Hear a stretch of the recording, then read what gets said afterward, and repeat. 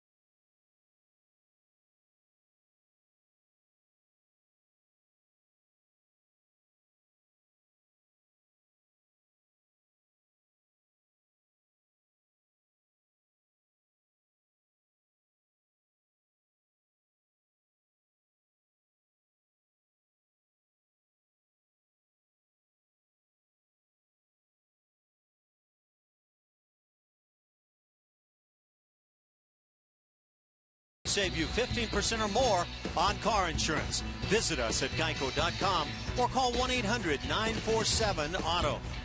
By Texas Bay Credit Union. Texas Bay Credit Union is the official credit union of the Houston Astros. Join today.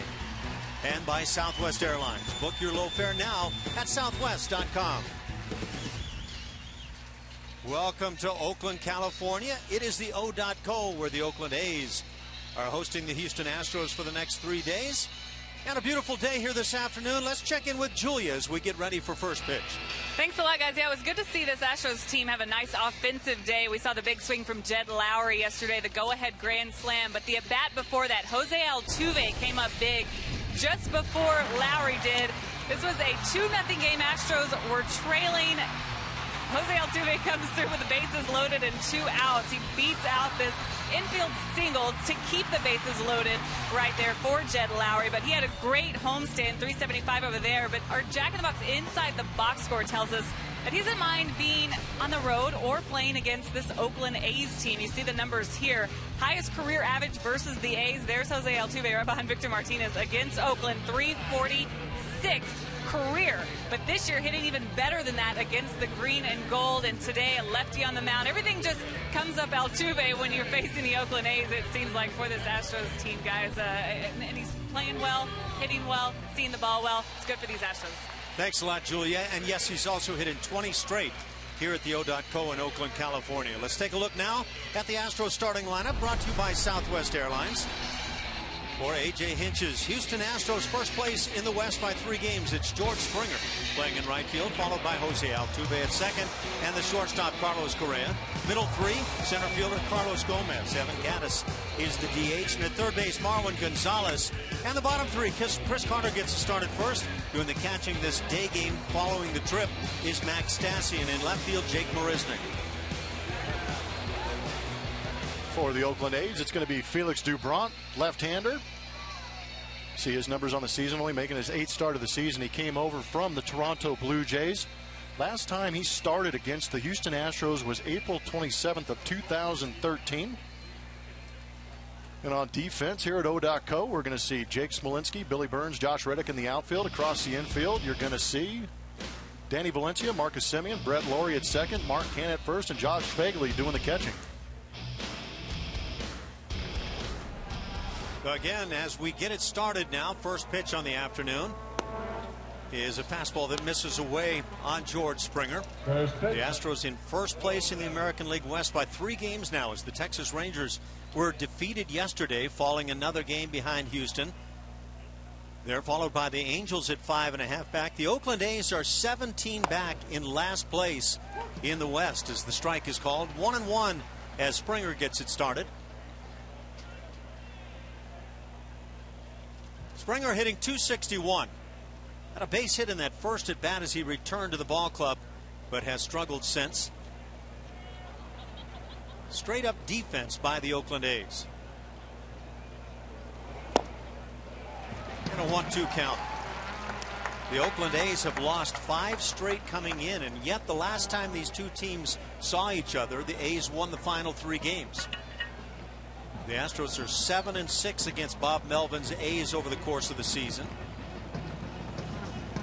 The A's are 58-79, and again 17 games back, and they've scored exactly as many runs as they've allowed this year. Fly down the right side and drops fair inside the line.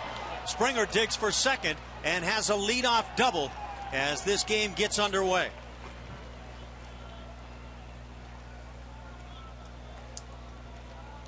Springer effect in that leadoff spot, doing a good job, sees a lot of pitches, works the count. But what I like is able to go the other way, get 2 strikes on him, stay short, and drop that one perfectly. This is a start they need. Hopefully they capitalize on this runner being in scoring position early in this ball game. And maybe of note for George Springer, since his return to the team, both of his hits now have come to the right side. It brings up Altuve, and again we note that he has hit in 20 straight games against the Oakland A's here. Do you see his numbers here at HOU? Phenomenal stuff, huh? .419 batting average for Jose Altuve. Stands in at .315. So having another outstanding season with the bat. It's not .341 like last year, as he won that batting title. Shows bunt and takes a strike. Miguel Cabrera leads the American League at .353. Xander Bogaerts of the Boston Red Sox has played really well, as has Michael Brantley of the Indians. They're second and third, followed by Jose Altuve in that batting race.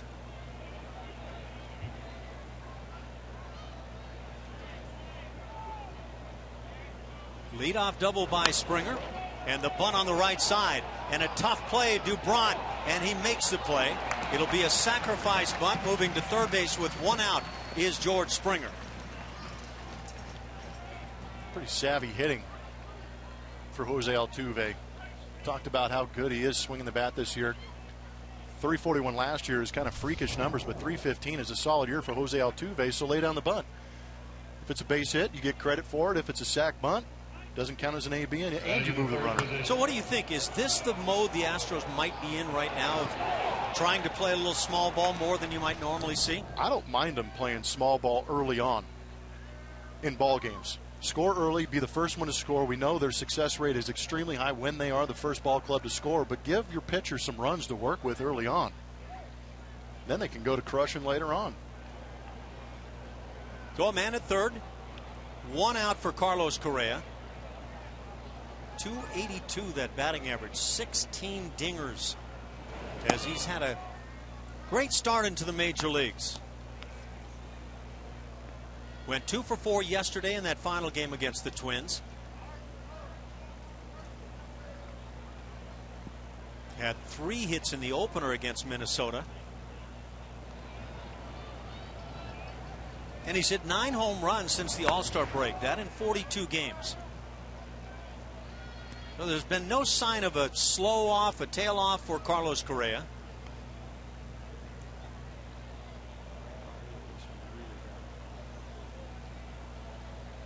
No, I think Carlos Correa, was actually a tweet sent out by David Ortiz saying that he might be the next great hitter in baseball. It's a bold statement from a guy who's been hitting real well for a long time. Ground ball is foul. 2 balls and a strike on Carlos.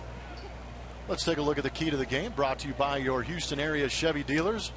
For me, it's just put the ball in play. We've seen how bad the Oakland A's can be on defense. You see that bottom line, 105 errors, most in Major League Baseball. We know the Astros strike out a ton, but if they can put the ball in play and force the Oakland A's to play defense, should be a good afternoon for the Houston Astros. Ground ball up the middle. That'll produce a run. Will they get him at first? They do. A nice play at second base. So 2 outs now, but the Astros take a 1-0 lead here in the first inning. And that's that small ball we were talking about. A lousy ground ball up the middle scores that run. Astros are on the board here in the top of the first. Good baseball. And that might be one of the more encouraging things if you're an Astros fan at home, watching these guys push into the postseason. We know they can slug it out with most teams across the American League and the National League, but they've got to be able to score those runs when they need to and have the base runners to do it. 47 RBIs now for Carlos Correa. Bases empty, and a big swing from Carlos Gomez. Carlos now hitting .224 as an Astro.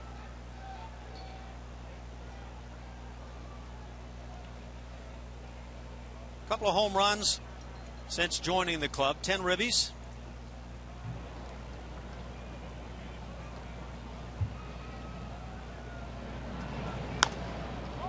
And an 0-2 count. A couple of good passes for Carlos Gomez. I'd like to see him start squaring those up. You add a potent Carlos Gomez to this lineup, that could be a great thing.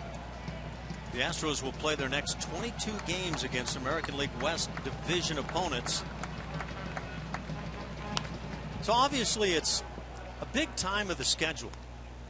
And with these 10 games on the road, and we talked about it in the open, just a key time for the Astros to try to maintain, if not expand, this 3-game lead.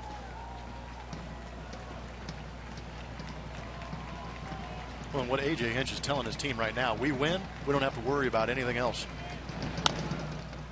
That is the nice thing. If you go out and take care of your own business, you don't even bother looking at the scoreboard. That's exactly right.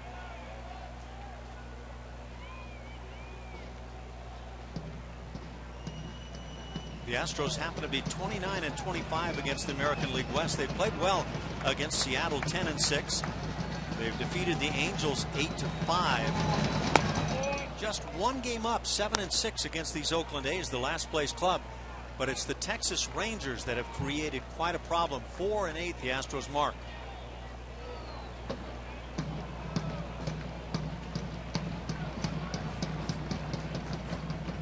at 7-6. It seems like the Astros have been beaten up on the Oakland A's considering what's happened in the past couple of years. Line shot down the left field side. That'll drop and scoot to the wall. So Gomez has a knock. He digs for second. Second double here in the inning for the Astros. And with 2 down now, a man in scoring position for Evan Gattis. Look at our strike zone, brought to you by MD Anderson. A lot of pitches in the zone, and this breaking ball just comes right back into the barrel of Carlos Gomez, yanks it down that left field line. He almost blew out making that turn at first base, but gets in safely to second, which is good to see. Maybe a sign of that bat really starting to turn on for Carlos Gomez. 2 outs, a run in. 1-0 Houston here in the first.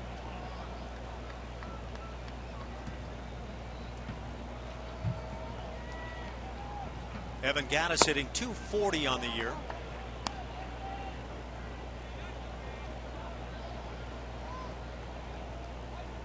.22 big home runs for Evan, while driving in 73.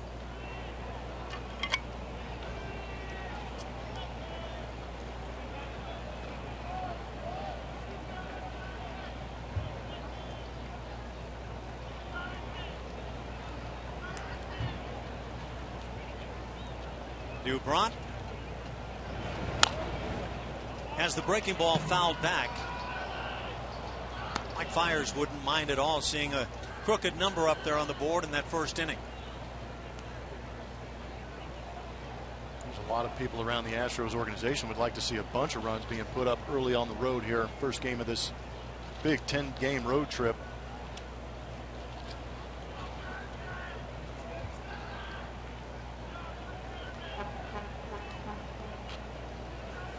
Ball and a strike. And now 1-2 as Gattis swings through it.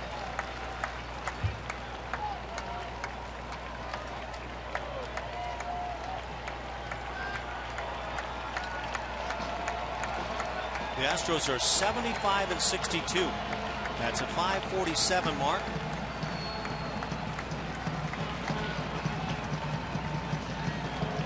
And they've been in or shared first place for 41 straight games, or days rather. 2-2 the count.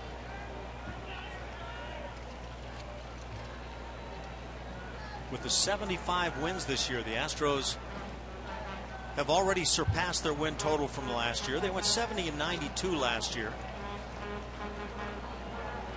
Last time the Astros had more than 75 wins in a single season was 2010. And in that season, they won just 76.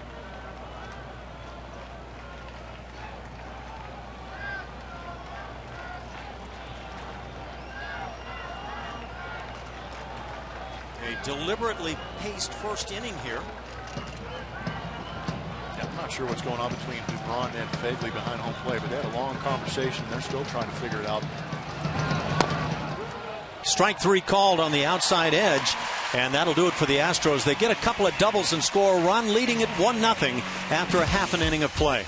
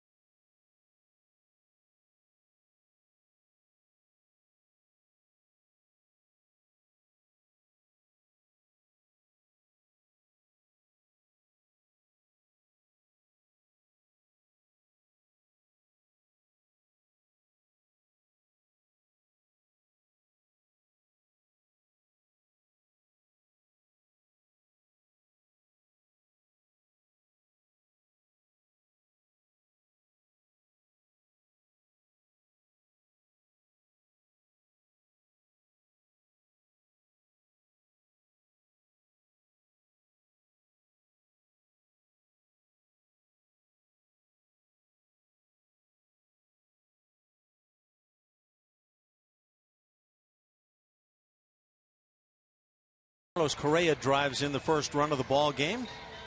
There you go, the Oakland Bay area. As the Oakland A's will line it up with Billy Burns in the top spot. Had a nice year. First baseman Mark Canha bats second, and then the right fielder Josh Reddick. Middle three, Danny Valencia swinging a good bat. Brett Lawrie is now the second baseman for the A's, and the DH is Billy Butler. Bottom three, left fielder Jake Smolinski. Josh Fegley doing the catching, and at shortstop, Marcus Semien. Right-hander Mike Fiers going for the Houston Astros. Last time out, beat Minnesota, going 6 strong, only giving up 1 earned run.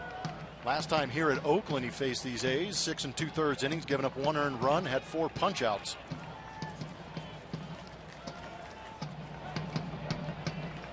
So Mike Fiers now in his second outing since the no-hitter. And brings the high heat as it's fouled back.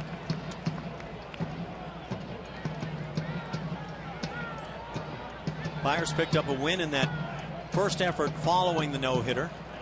Victory over the Minnesota Twins in Minnesota, 6 innings and 1 run.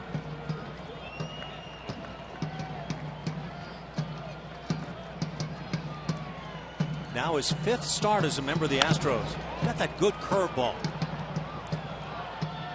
Jake Marisnick there to make the play, and out number 1. Just got to look at Jake out there in left field. In the center field, Carlos Gomez. George Springer, of course, in right field. Around the infield, Marwin Gonzalez gets a start at third. Carlos Correa at short. Jose Altuve at second base. Chris Carter makes an appearance at first base against the left-hander Dubron. And Max Stassi will get a chance to work with Mike Fiers.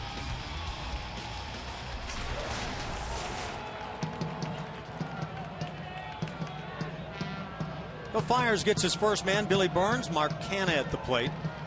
The Astros learned last time in here, not long ago, just over 3 weeks ago, that Mark Canha, a big fella, can really run. Beat out a ground ball to shortstop, and I think surprised not only Carlos Correa, but everybody on the Astros side.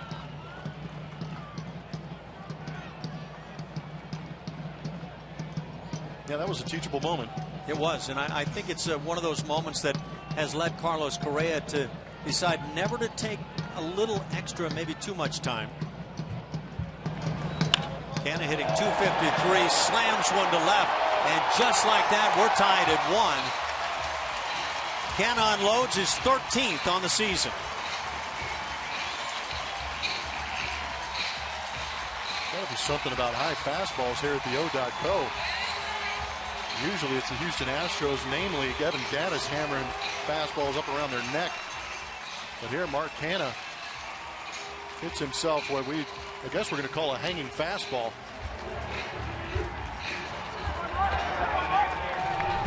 Get a second look at it.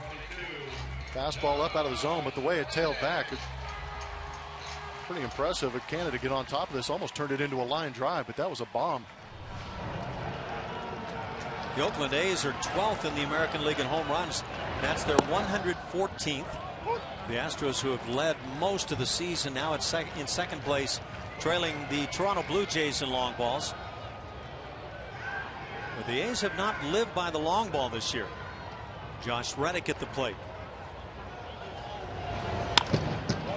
He hits it in the air, left center field. Gomez shading that way. Makes the play. Second out here in the first inning.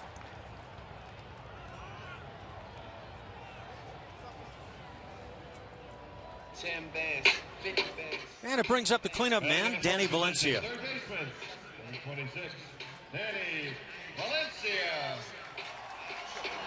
The last time we were in here is why Danny Valencia is in this lineup against the Astros. He absolutely torched them.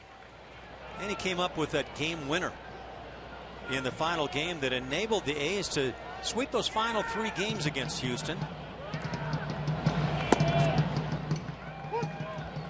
Fastball on that inside edge. 89 miles an hour. For Mike Fiers, since making his first start with the Astros that came back on August 9th against these Oakland A's, he's posted an .067 ERA as a starter with Houston. And a shot through the right side, so Danny Valencia jogs it on down the line. A 2-out single brings up second baseman Brett Lawrie. I guess if you're the Astros facing Danny Valencia, all you can hope for is to contain him like that. Just blow him up, have him force the ball the other way. With that shift on, getting jammed isn't a bad idea. Here's a good look at it. All three infielders on that left side, leaving Chris Carter all by himself. Plenty of room to work with. Brett Lawrie had been the third baseman for the A's. He has now shifted to second. That was his original position in the minor leagues when he was part of the Brewers organization. Became a third baseman with the Toronto Blue Jays. And had really been plagued with these Oakland A's committing the errors on the left side of the infield. He, along with Marcus Semien, have just created a defensive disaster for the A's. Yeah, if you're seeing 50 plus errors on the left side of your infield, you've got some serious issues and unhappy pitchers. And that means unhappy manager. But here's a pickoff at first base, and the rundown ensues. Altuve applies the tag on Valencia. It goes 1-3-4, as that'll do it for the A's. They pick up a run on the home run by Mark Canha. After one, we're tied at 1.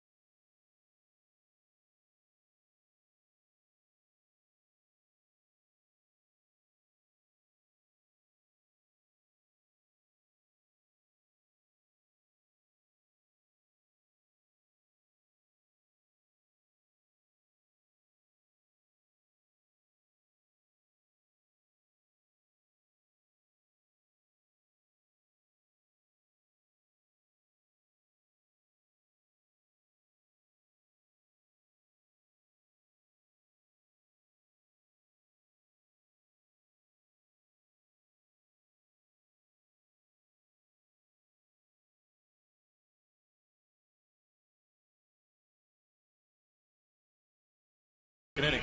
Let's take a look at Bringing the Lumber, brought to you by Yellowwood. Most recent members to an exclusive club for the Houston Astros.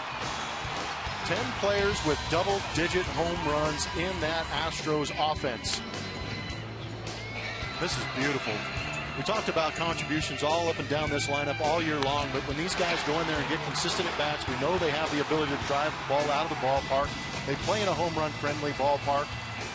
So therefore, you're going to have this many guys with double-digit home runs, and that is just an absolutely beautiful number. You see the franchise record on the bottom. Evan Gattis and Luis Valbuena leading the way with 22 apiece. And then you keep in mind Marwin Gonzalez has 9. Marisnik at 8, as Jed Lowry finds himself also at 8. So you could see some numbers continue to expand, possibly 13 guys to hit 10+ home runs on the year. Plenty of games left to do it. 1-1 tie, top of the second inning, and Marwin takes a strike. And this is the side of the plate for Marwin where you probably more anticipate that long ball swing.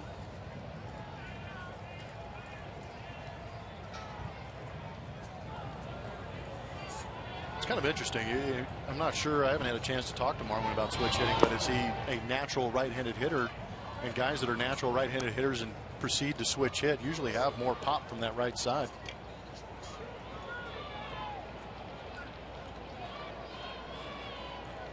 Marwin's had a heck of a season, hitting .272. Carlos Gomez had that double in the first inning.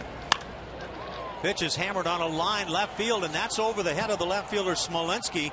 Up against the wall. Marwin goes for 2, and for a moment looked like he was going to stop. But as that ball kicked out of the glove of Smolinski, into second base, and a third double already on the afternoon for the Astros. Getting that power stroke going here on the road. Good pitch to hit. Fastball location right down the middle. Taking a shot at that State Farm sign, and there was a big-time clank from Smolinski, I apologize. But again, swinging the bat well, right-handed. Realized he hit that ball hard, started to dig. He hesitated a little bit. I wonder if he was going to stop if Smolinski made a good play on that. I was watching Marwin coming around first base, a big turn, and he was putting on the brakes. He had him on pretty hard and then able to jog on into second base. So a leadoff double, and again, that's 3 two-baggers already for the Astros. Springer, Carlos Gomez, each with doubles in the first inning. The Astros picked up a sacrifice bunt from Jose Altuve, and Carlos Correa grounded out to drive in the Astros' first run.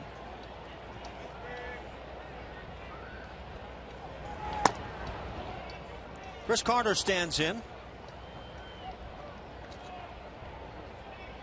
It has not been a season to remember for Chris. 182 batting average. He does have 9 career bombs against the Oakland Athletics. Only has 1 this season.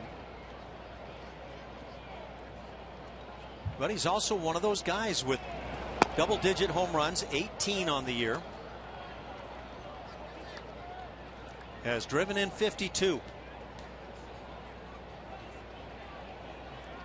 And the way things have started here in Oakland, looks like it might be one of those day games where you see the offense kind of take over.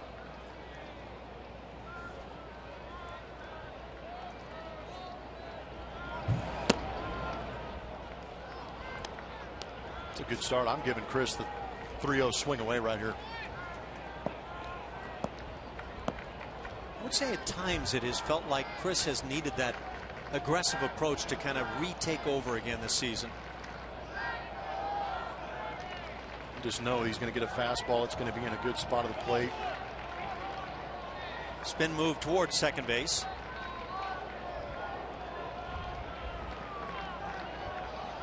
I always talk about managers trying to put guys in position to succeed. Dubron has a high ERA in the American League West. Carter has good numbers against the Oakland A's in his career. Now he's got himself in a good spot. 3-0. And a 4-pitch walk.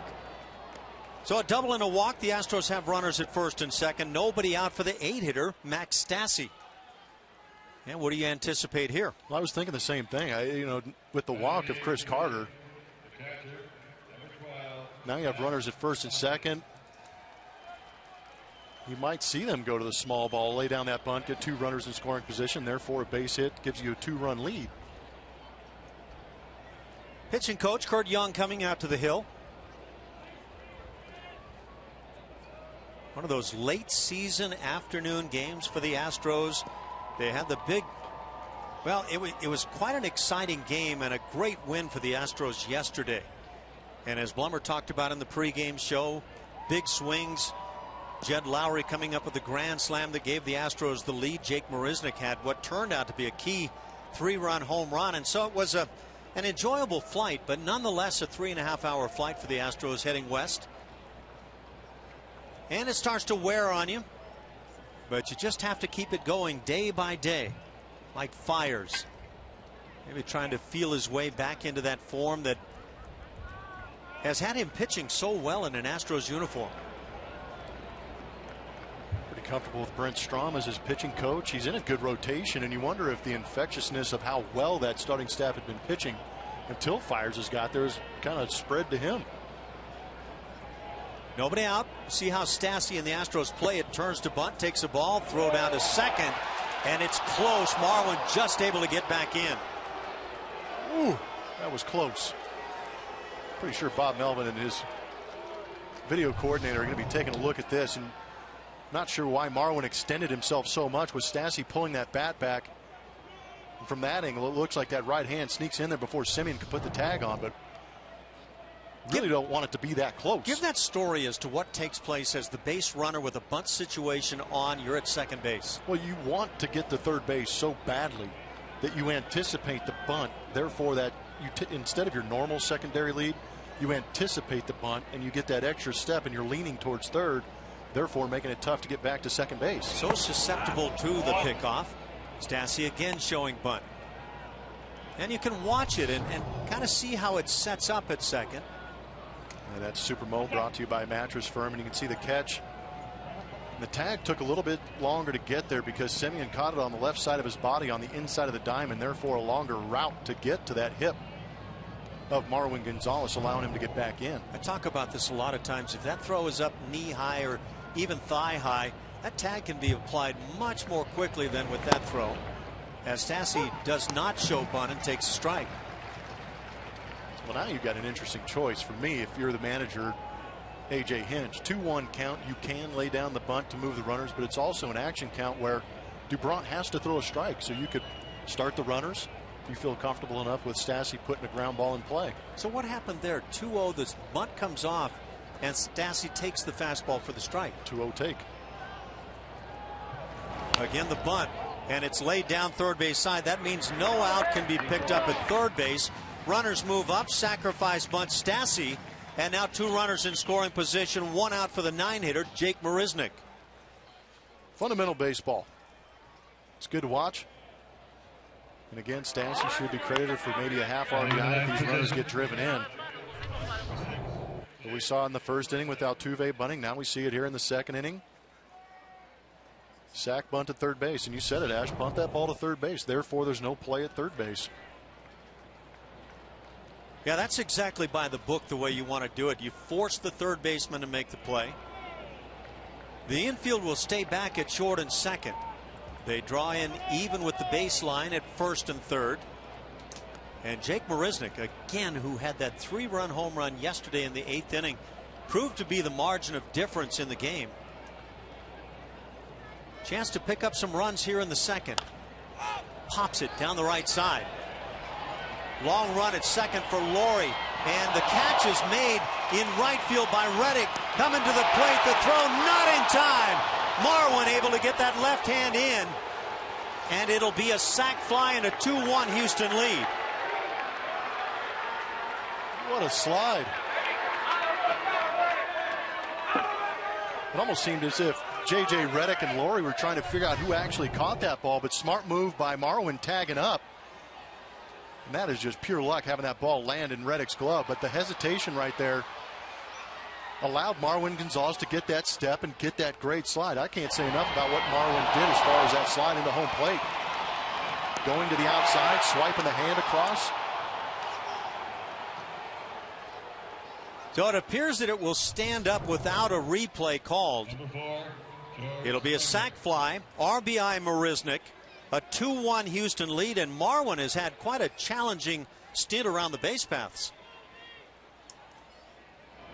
Just goes to show that you don't have to be a burner to be able to make good plays on base paths. Springer stands in, hits it in the air, shallow in center field. Billy Burns with the play, and that'll do it. The Astros add another run. Singleton's in the first and second, and lead it 2-1.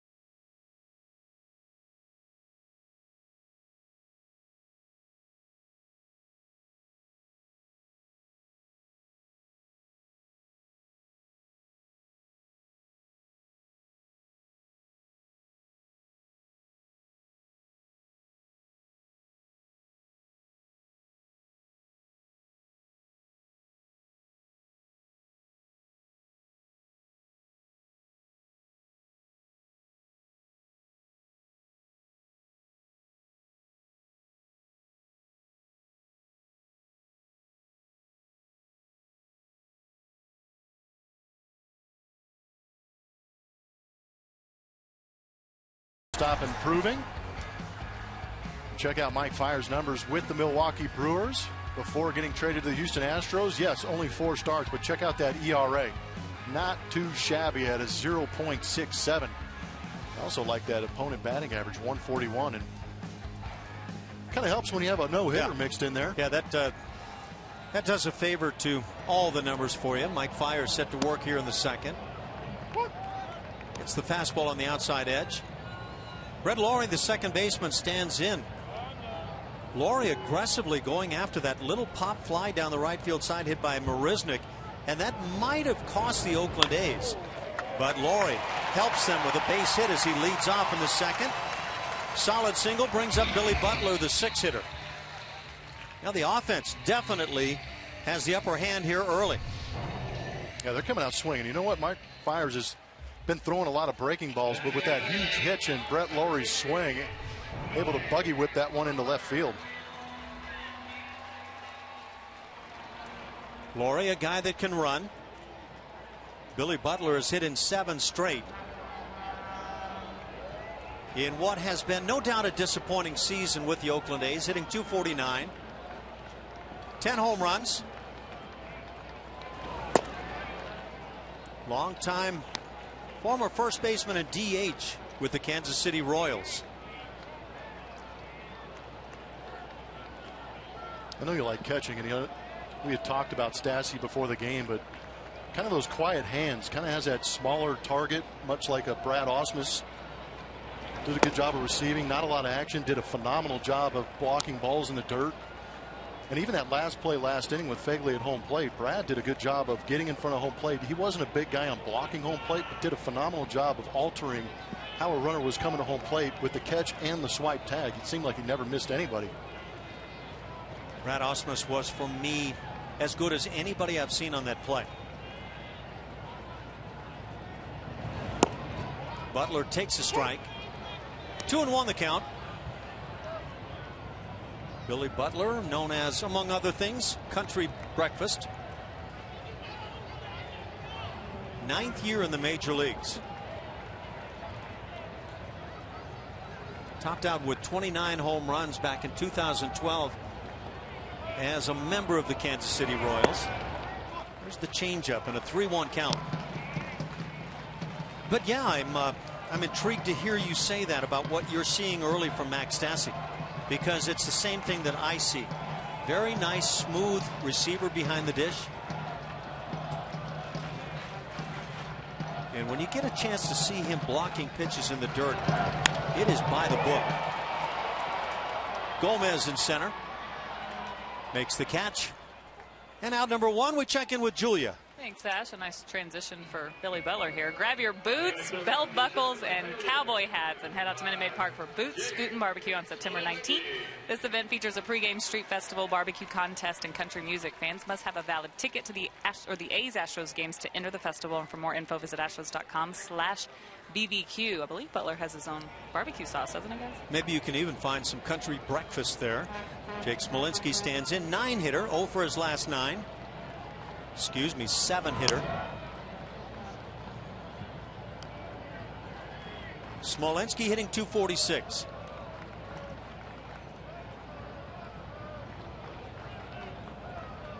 Those would be his overall numbers.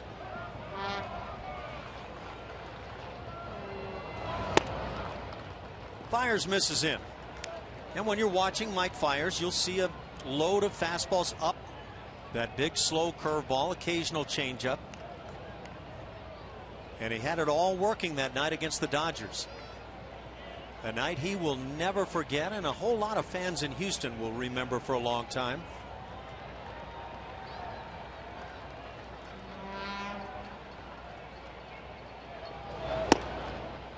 And there's one of those high fastballs. 2-0 the count. Yeah, reading some of the quotes from Dodger players after that no-hitter at Minute Maid Park against them, a lot of comments about the deception Mike Fiers brings to the game. Leads with that high lead arm, elbow straight up in the air, and almost like a cantilever brings that arm behind it. Off speed in the swing and a miss. 2-0 changeup. How about that on a 2-0? Watch that lead elbow nice and high, and then here comes that arm, and same arm speed, same arm slot on that changeup makes it that much more deceptive.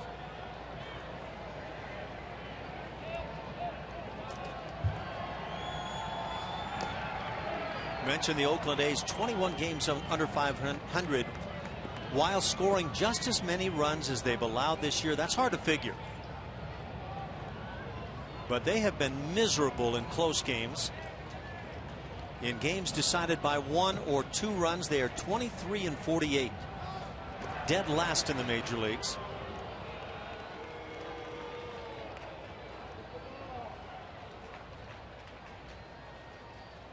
Here's your American League West run differential. That doesn't make sense to you, Ash? I'm just kidding. Wow. No, that one on the bottom is crazy, and it's actually back down to 0. So it's kind of getting back to break even, but you would not anticipate a team in last place with those numbers. But give a lot of credit to the Houston Astros, a plus 104 on the season. I want to see that again. How about the Texas Rangers as the pitches pop back to the seats? Texas Rangers are 71-64. Take a look at that number. They are minus 32 in run differential. And yet they are 7 games over 500, 3 games back in the division. Sounds like all kinds of statistical fun to go through. Make sense of that one for me. I see you grinding up. Oh, man. You can come back up when you got that one figured out. Over here. Down on strike, Smolinski. Fiers gets his first strikeout of the afternoon, second out of the inning. It brings up the catcher, Josh Phegley. Good fastball, a little bit of pitching backwards from Mike Fiers in this AB. Went to that 2-0 count, threw a changeup. But here just blows the doors off him with 89 miles an hour. And Fiers is one of those guys who strikes out a man plus an inning, and yet has a fastball that's about in that 89-90 range typically. But I think it has a lot to do with what you talked about, that front side with the elbow going high and the shoulders that roll from down to up on the right shoulder. I just think it creates an optical illusion for the hitters. I just think sometimes you see guys get beat like we just did on that fastball at 89. You're swinging at the arm speed, which looks like it should be 95, but then the ball's pumped in there 89 miles an hour. Pitch is popped up, foul territory, which is huge. Carter over. Knows the ballpark somewhat, but drops it.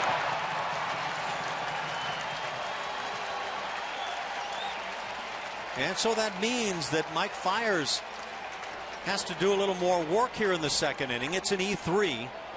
And I think that's the most frustrating part, is that they do have to make more work for the pitcher when they do make these errors. And again, as a first baseman, third baseman, it's a lot of room to go. You anticipate there should be something in your way. Sometimes the mind gets in the way. Hard to say how much the sun may or may not have played into that play. There is not a cloud to be seen here in Oakland. Timeout called as Fiers holds on to the baseball. Well, it's the direction you're running to at first base. You've got your back to the sun when you're holding on the runner, and then you immediately turn around and run towards that first base dugout, and you're staring straight into it. Yeah, good point.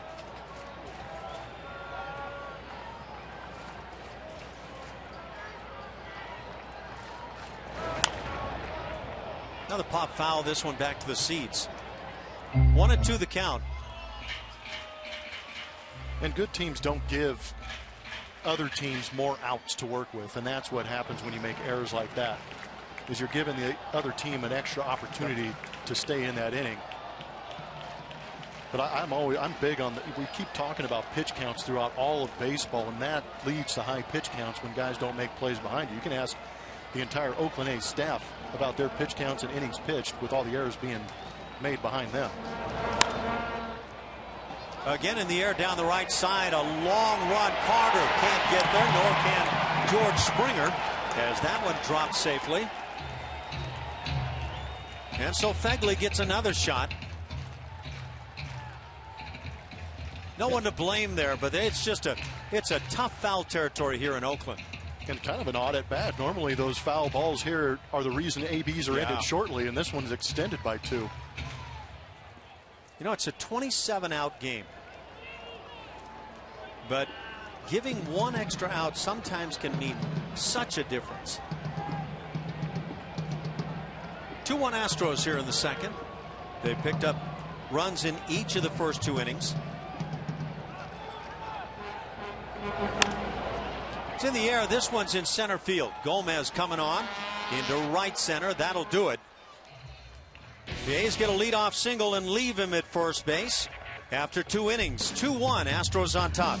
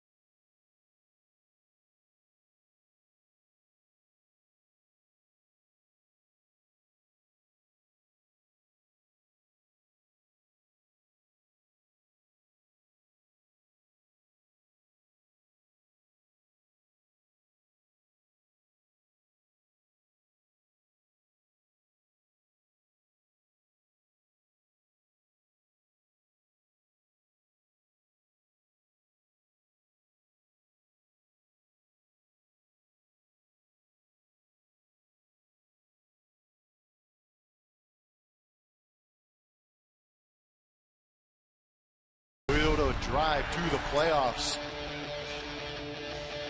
3-game lead for the Houston Astros with the Labor Day games going on. Have a chance to extend that. Rangers are up in the Great Northwest, taking on the Seattle Mariners, who are out of it but have a chance to play spoiler a little bit. Angels crept back into it a little bit behind Texas Rangers with that series that they won 2 out of 3 against the Rangers down in Los Angeles, or close to it. Yankees and Rangers battling it out. The Twins getting pushed down a little bit, but with that big series over the weekend, the Angels kind of got back into the mix a little bit with both the wild card and the AL West standings. Yeah, and quite frankly, the Astros couldn't be happier than to see the Angels able to hand some losses to the Rangers. Jose Altuve leads it off. He laid down a sacrifice bunt that helped create the first run in the first inning. The Astros have picked up 3 doubles on the afternoon. First pitch swinging, and the play by Semien with a throw in the dirt dug out by Canha. And Semien, the other part of that left side of the infield that has just had a miserable time this year. 33 errors for Semien on the season. There's plenty of room for improvement. You think? That is a former Golden Bear, so I got to be a little bit nice, but 33 errors is wow. And again, I mean, it's September 7th, and earlier today saw Ron Washington working again with Semien on his hands, and there's a lot more that goes into it than just your hands at shortstop. You got to have some really good feet and a strong arm, or just be Carlos Correa. Yeah, that kind of works too. 33 errors at shortstop, and from what we've seen, the arm has been a huge part of the problems. Doesn't really get on top. You watch a guy like Carlos Correa, who has an absolute cannon, but gets on top of it and makes sure he throws through the first baseman. Well, even like Marwin Gonzalez, who has that great arm, can use it any place on the field. But I haven't seen any evidence of that with Semien, at least to this point. I'll tell you what, if you've made 33 errors on the year, it's in your head a little bit. Liner to center field, but coming on to make the play with speed is Billy Burns. Correa lines out. He's 0 for 2 on the day, but drove in the first run for the Astros with a ground out in the first.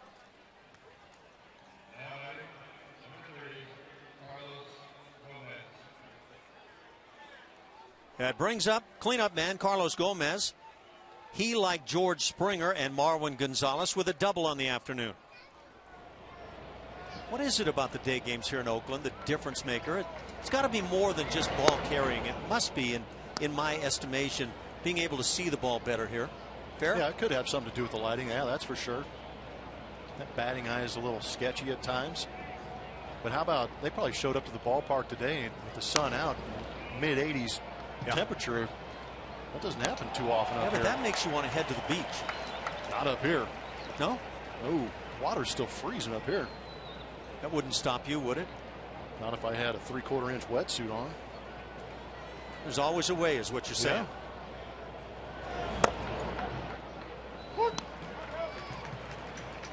1-2 now the count as the breaking ball is called a strike. Can't beat that location right there. Locked everybody up. I guess that was a heater. Hit in the air to center field. Easy for Burns. Backs under, and that'll do it. A 1-2-3 third inning. So the Astros failed to get on the board, but still lead it 2-1.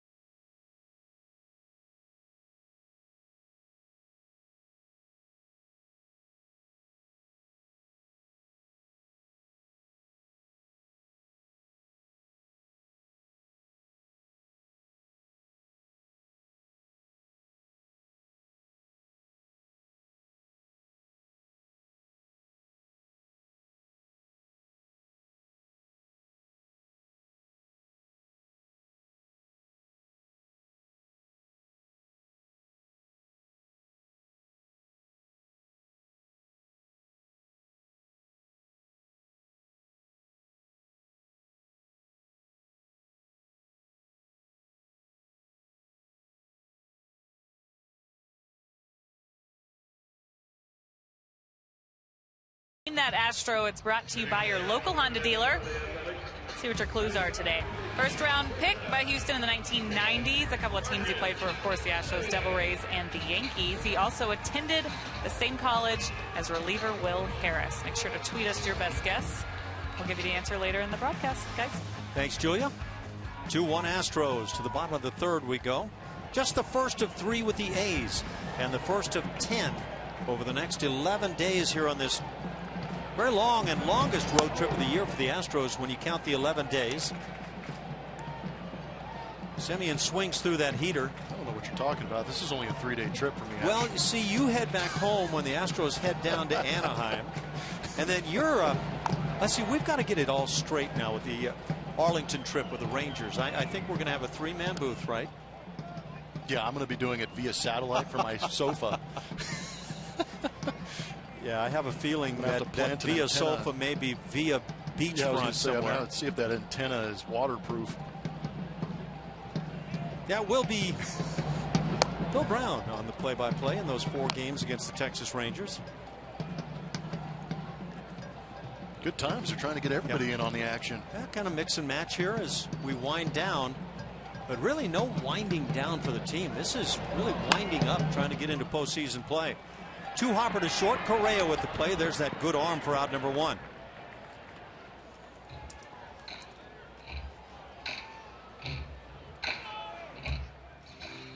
Back to the top with Billy Burns, who flied to left field to start things for the A's.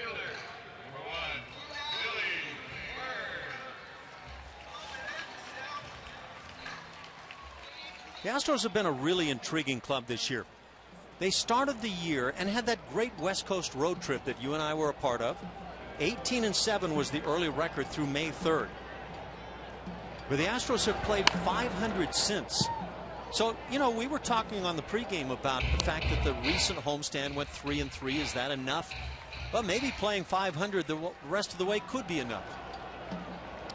Well, I think it is enough, because then you have to look at what do the Texas Rangers or the Angels have to do to overtake a team that's playing 500 that already has a 3-game lead. Little thumber drops in left field for a base hit. Burns gets blown up but has the base hit. One out single brings up Mark Canha and speed aboard. And again, we check in with Julia. Thank you, Ash. The Coca-Cola Value Days package is one of the best ballpark bargains. Available for select Monday through Thursday regular season games. This offer scores you a ticket, hot dog, soda, and popcorn, all for $16. To purchase tickets, visit Astros.com/Coke Value or call 1-877-9-ASTROS. Ash. Thank you, Julia. How about this for a day? You don't have the umbrella out for any rain purposes this time. Maybe for the sun. Oh, she'll be back up here in about 2 innings. You're going to give her that long, huh? Oh, yeah. She's going to grind it out. Mark Canha at the plate. Slammed a home run to left field, quickly erasing a 1-0 Houston lead in the first.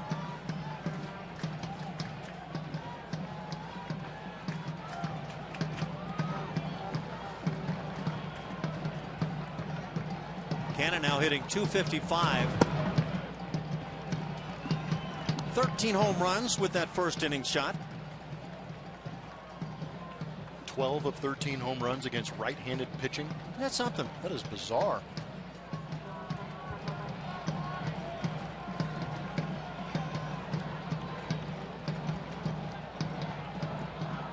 Sometimes, oddly, a guy might just simply face right-handers a whole lot more than the lefties, and then in other cases, as Canha fouls it off, a guy might, just because he sees more right-handers, like facing them better.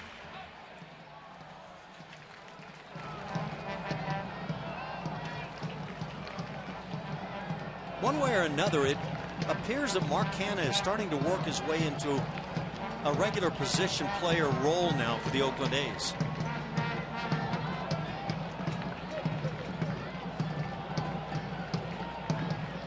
He's got 19 doubles on the year to go with 3 triples. Well, I think a lot of what might be happening in that Oakland A's clubhouse is throw these guys out there on a consistent basis in September. They're out of the race and see what they can do looking forward to next year. So on this road trip, the Astros face, in the Angels and Rangers, 2 teams that still believe they've got a shot at the postseason play. The Oakland A's know they're out of it. And when you're in that position, what is that mindset? Are guys really going about their business in a different way? It's a salary drive. It's a position drive. It's a roster drive. That's why they always say finish strong. It's their last impression of you. You have a good September. You've got the benefit of the doubt going into spring training. Bring up a memory, a story that I've run into along the way. A guy by the name of Jose Bautista with the Toronto Blue Jays. A guy who has led the major leagues in home runs a couple of times in his career. As again the pitch is fouled off. Had a September, a strong one. Back about probably 6-7 years ago. And it bought him one more chance. And he took advantage and led the league in home runs the following year. And so you never know what might happen. It's a pretty good example. And he was a guy that was likely going to be one of those never remembered released players at the end of the year, maybe moves on to another club.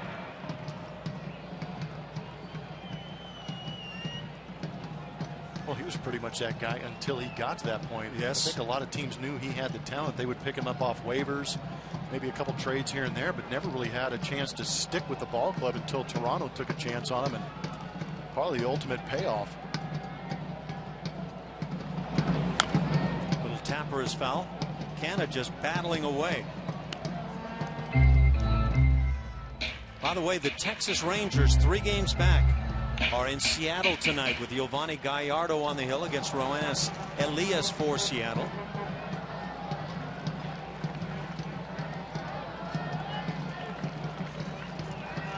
And the Angels go across town. They're in Dodger Stadium against the Dodgers. Zach Greinke goes for the Dodgers. Say, how about that matchup? Against Greinke and Kershaw. Against former Astro farmhand Nick Tropiano.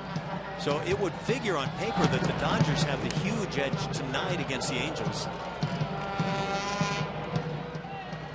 A lot of people said that about the Dodgers series in Houston with Greinke and Kershaw backing up right there, and the Astros proceeded to sweep them. Of course, that was part of the series that saw Mike Fiers throw the no-hitter. But yeah, that was pretty amazing. Saturday, Sunday, with Greinke and Kershaw going for the Dodgers, and the Astros came out victorious. Off speed and right there called a ball. Fiers has got one of those curveballs that you cannot give up on it. It is slow, but there is a ton of break to this pitch. Just inside. Good effort by Stassi. Yeah, you'll notice in watching Stassi, and you've already pointed it out, he doesn't reach for balls. He tends to take it right back into the body.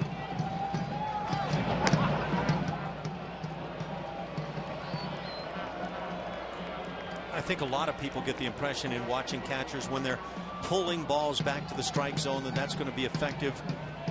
What's really effective is a guy who softly catches the ball back into his body. I think it's not a bad idea to let the umpire see the ball a little bit longer instead of having him react to the glove, shooting into the zone and catching it. Runner goes, the pitch, strike three, throw down, not in time, but a nice jump by Billy Burns as he picks up a stolen base, but 2 outs as Canna goes down. That's the second strikeout for Mike Fiers that brings up Josh Reddick.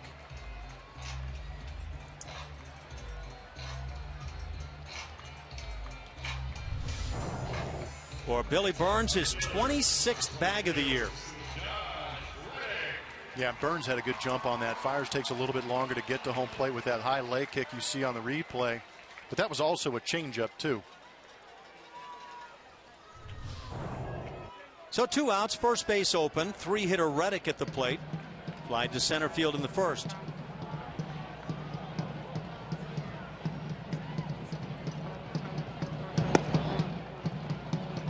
And Fiers falls behind.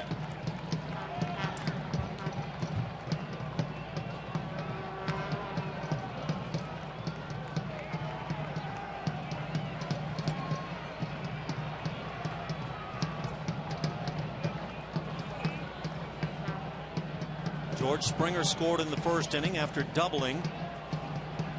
Carlos Correa hit a ground ball back up the middle to drive him home. It took a sac fly in the second inning. That hit by Jake Marisnick to drive in Marwin Gonzalez, who had doubled to lead off the inning. And in each one of those frames, a sacrifice bunt. In the first, Altuve. In the second, Stassi. The Astros have really played it small ball style today. Ball on a strike now as Reddick foul tipped that one. I think it's a good mentality as an offense just to kind of peck away, get that 1 run, maybe get 2 runs in the third, and as soon as you get a little bit of a lead, get some runners on, and have a couple guys take shots at trying to drive it out. Then you jump up like you saw that last game in the homestand when Jed Lowry hit that bomb to put them ahead by 4.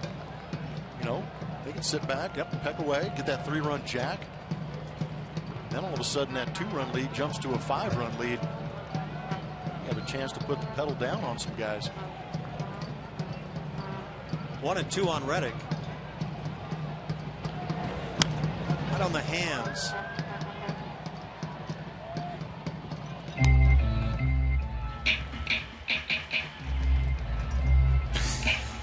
From the sound of it, there's a production of Stomp going on in the stands. And now you see where the performance is being held. Not sure if there's much rhythm going on in that section. What are you talking about? That is the rhythm section. Can you name that tune?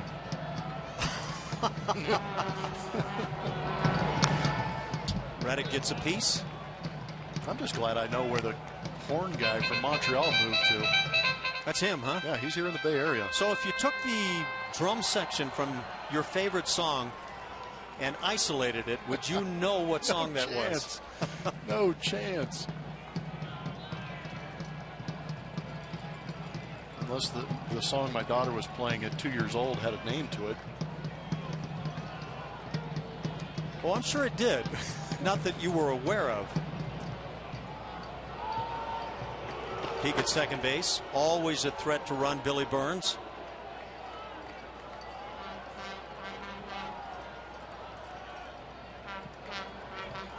How's your internet flying along this afternoon? I'm not sure I'd use the word flying. I think the vuvuzelas are getting in the way. Again, Reddick with the big swing fouls it back. You know, you bring up that name of that instrument. I guess we'll be nice and call it an instrument. You've brought it up a number of times, and it's always brand new to me. Oh, come on. Vuvuzela. I'm guessing, yeah. If it wasn't for my Twitter friends, I would have no idea what that is. And Lord knows I've listened to it plenty over my career and all the stops through Oakland, that is for sure. Curveball. Another fly ball to center field. This one drives Gomez back in front of the wall to make the catch. Hit well by Reddick, but not enough. That'll do it as Fiers gets through the third. It's a 2-1 Houston lead.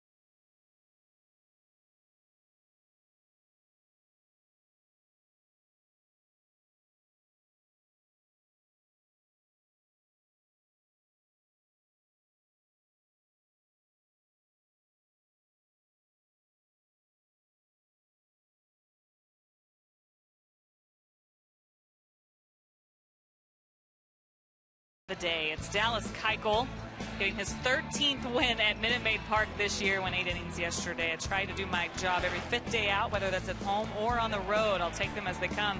But it's definitely been nice to pitch at home with the support we've had this year. Of course, all the fans coming out for Keuchel's corner. Loving what they're seeing with that 1.49 ERA now at Minute Maid Park. 14 straight wins, guys. That's a franchise record. But next 2 starts on the road, like you said, he'd like to pitch well on the road as well. Looks like we'll see him in that Anaheim series. Thank you, Julia. 17 wins for Dallas Keuchel to lead the American League. Felix Hernandez second with 16. And Colin McHugh right there in the third spot with his 15 wins. By the way, in the National League, a Cubs starter leads the major leagues in wins. Jake Arrieta. You picked that one before the season started, right? Yeah, I anticipated that. Jeff Blum always on the preseason predictions. Evan Gattis leads off for Houston here in the 4th inning. Gattis, Marwin Gonzalez, and Chris Carter.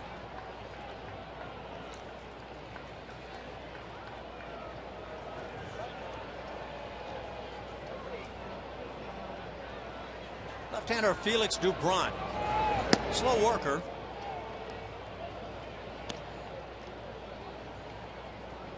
Has a 2-1 count on Gattis.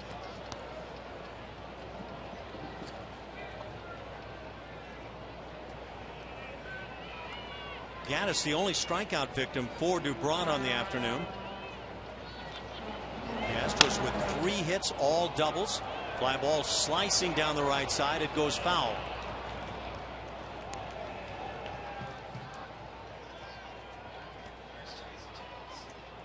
They have already put together the attendance for the A's today. 22,214 on hand.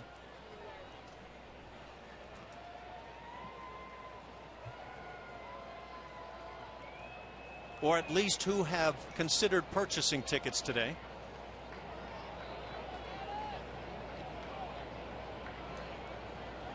They consider the considerations? They do. It's impressive. 2-2 pitch. But they do lead the league in amount of time it takes to count the attendance. Oh, they're quick. It's incredible.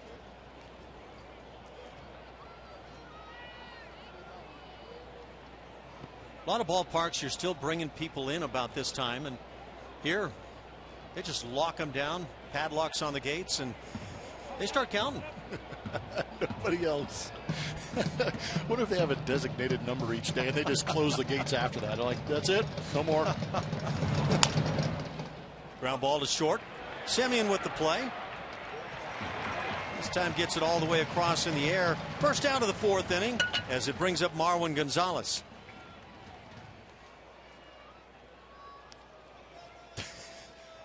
Well, kids, I finally made it. My tweet was just on Astros broadcast. Thanks, A's fans, for the annoying drumming. Hey, whatever it takes.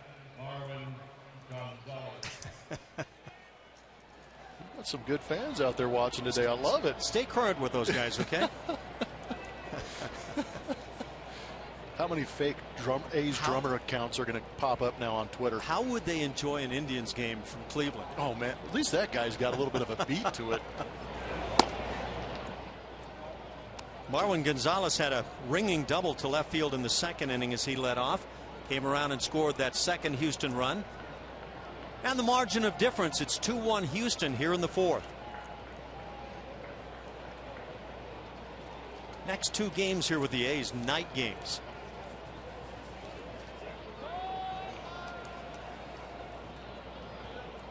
Thursday is an off day for the Astros as they move on down to Anaheim.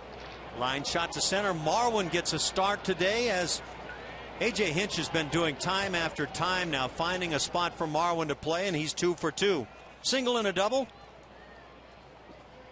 Register now for the opportunity to purchase tickets to potential 2015 Astros postseason games at Minute Maid Park. You won't want to miss the excitement of October baseball. Sign up at astros.com/postseason tickets. By the way, those upcoming games now, tomorrow and Wednesday against the Oakland A's. Scott Kazmir gets Sonny Gray tomorrow. There's one for you.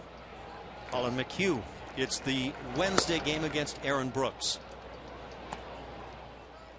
And again, Colin McHugh gunning for win number 16 on what has been just a steady winning season. Chris Carter drew a walk on 4 pitches in the second.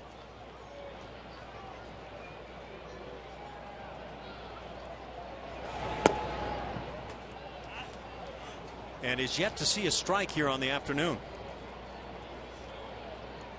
Can you explain that one? I'm not even going to try. I'll just get myself in trouble there.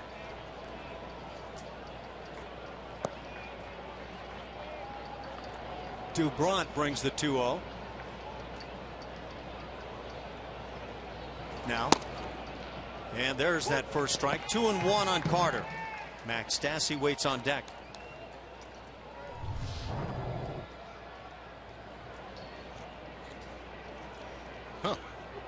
Maybe. A little off the plate. By the way, we mentioned Dallas Keuchel leading the league with the 17 wins now. He leads in ERA at 2.29.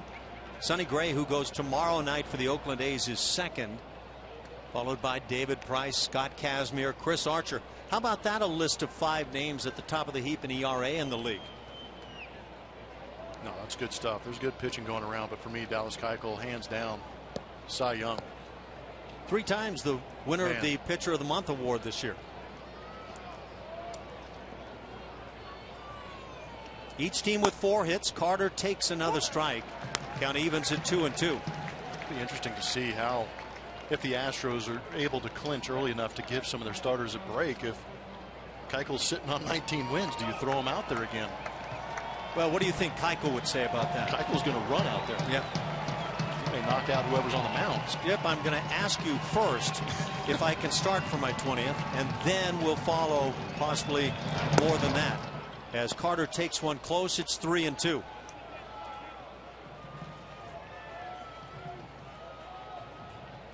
Good time for a big swing from Chris.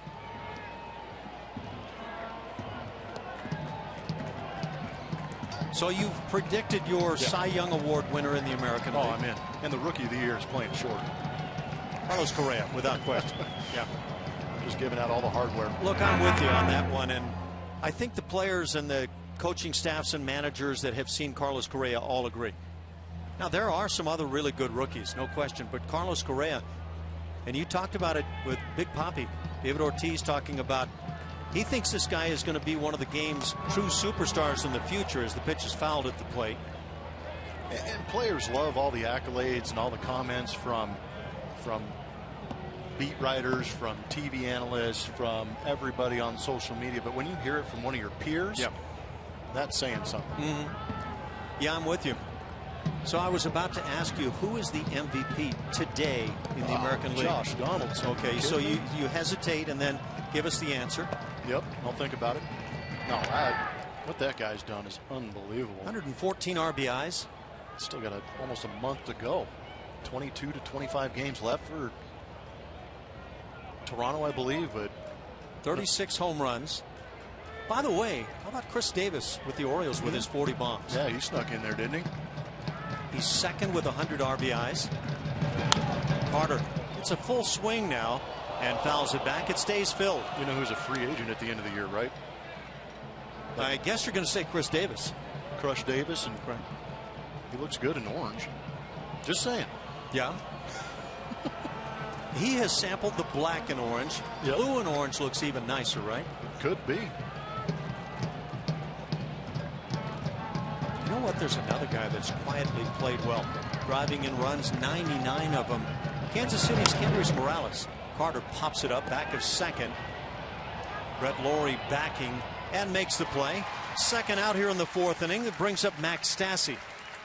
No, that's a really good call. I think Kendrys Morales has been a huge addition for that lineup, replacing Billy Butler, who's now here in Oakland. And it always amazes me how organizations are able to let guys go and replace them and get so much more production out of guys, because I did not anticipate that from Kendrys Morales. But he's healthy and a good lineup. He can produce still, obviously. You know, I think that's a good point. I think a lot of times we as fans can say, why did they let this guy go? But maybe they knew something that they felt was, you know, going to be happening soon. It doesn't always play out that way.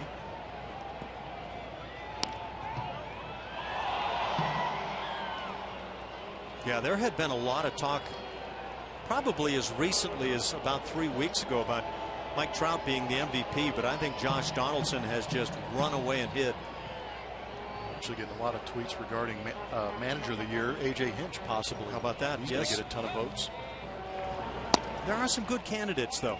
But I think if most of the experts went back to their predictions in spring training, I doubt that the Astros were on the top of the list for a lot of those guys. Yep. And then you got to bring into play Executive of the Year. Yeah. Jeff Luhnow. Acquisitions, especially in the bullpen during the offseason. The waiver claims, Will Harris, Colin McHugh, back-to-back years. Unreal.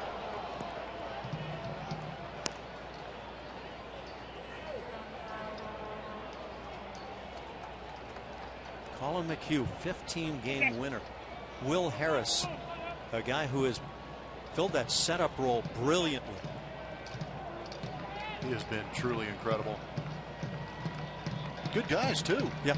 I mean, we talk about how well they're doing on the field. They're also pretty cool off the field to be able to talk to. Good conversations. Love talking baseball. And as nice as that is, that doesn't mean as much as how good they are in the clubhouse with the guys. They say if they're good with us, they've got to be even better with the guys in the clubhouse. So again, Scott Kazmir tomorrow, Colin McHugh Wednesday.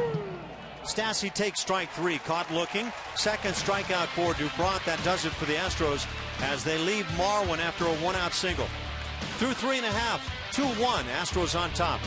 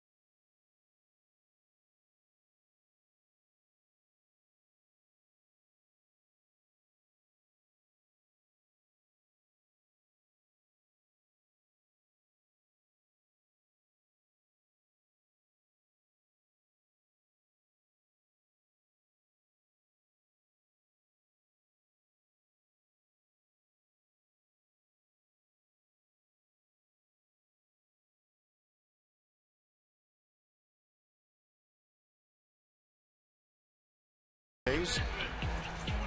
This moment in history is brought to you by M.D. Anderson, September 7th, 1972. Don Wilson ties a club record, tossing 13 innings in a complete game. Why not? 5-1 win over the Giants, throwing an incredible 193 pitches. Bob Watson and Roger Metzger homer in the decisive frame for the victory. So what's all this hubbub about pitch counts? Big deal. Just go 13 and throw close to 200 pitches. You'll be fine. Well, back in those days, he had a 210 pitch limit, which he only went over twice that season. On 3 days rest. Big curveball in for a strike as Danny Valencia, the cleanup man, leads off for Oakland in the 4th inning, followed by Brett Laurie and Billy Butler. 4-5-6 for the A's. Valencia shot one through the right side in the 1st inning and then was picked off.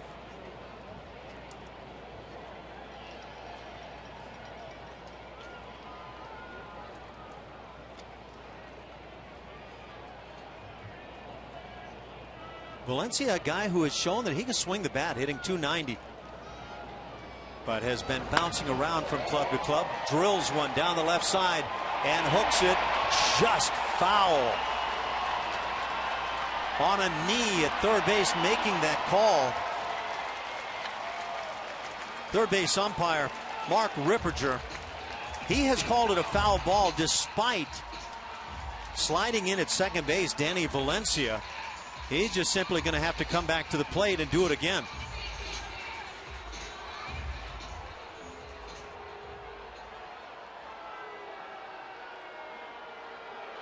Apparently they've switched the umpire. Jim Wolf is that third base umpire now.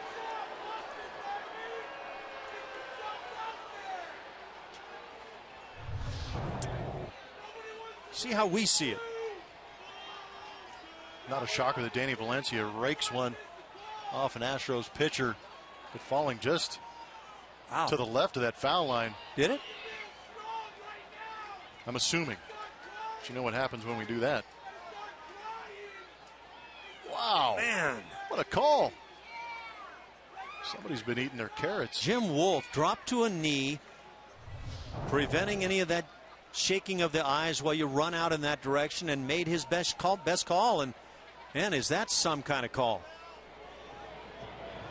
Miguel Tejada would say that's impressive. That's impressed me. I know that. 1-2 the count.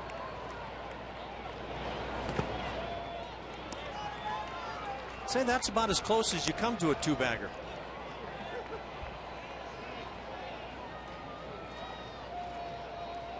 Here are the pitches by inning for Mike Fiers. He's a guy that through his career has numbers that ride above where you'd like to be at about 15 pitches an inning. But again, the Astros implementing these days off is almost a part of that rotation to give these guys an extra day, so maybe the pitch counts get a little inflated sometimes. We know in that no-hitter, Fiers through 134 pitches. By the way, his first ever complete game. Hit down the right field side, slicing. A little more breathing room on that call.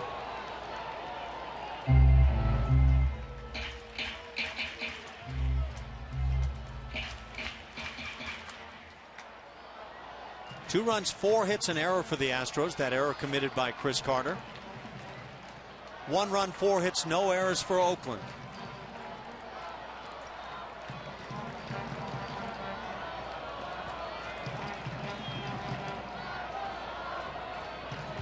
Still nobody out here in the 4th inning. And now a 3-2 count.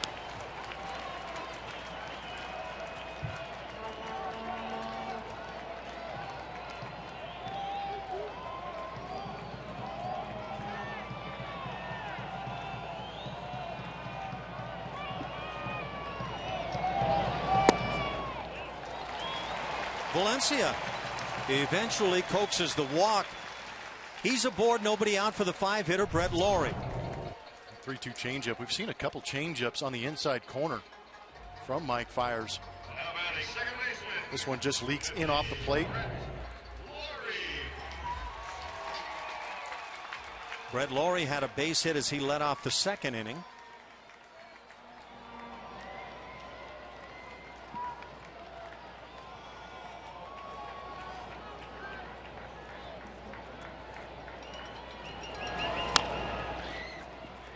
And the ground ball foul on the third base side. You know, Brett Lawrie, an ex-Blue Jay, getting traded away, and Josh Donaldson going over to Toronto. Could you vote manager of the year for the Blue Jays? Could you vote executive of the year for the trades that Anthopoulos, I think, has made over there in Toronto, bringing in David Price, Tulowitzki, well, yes, bringing in Donaldson? I mean, there's some moves right there that would give you some pretty good attention, I would imagine. Line drive to the gap in left center field, dropping, and will drop for a hit. And now it kicks on by the outfielders and goes to the wall. Valencia will score. Into third base is Lawrie. We'll see how it's ruled. But it's going to be a tie ball game. Nobody out and Lawrie at third base. And so a defensive miscue out there in left center field between Marisnick and Gomez. And, you know, we talk about center fielders. They are the captain in the outfield. They go and get the fly balls. They take priority. And even on balls that are base hits, you anticipate them going to get that baseball. And for me, I just didn't see Carlos Gomez being aggressive to go get that ball. And that's why Jake Marisnick was indecisive.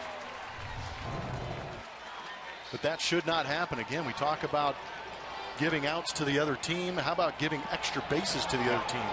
Very costly. And in this case, they've ruled it a triple. So Laurie's at third. Infield drawn in for the Astros for Billy Butler.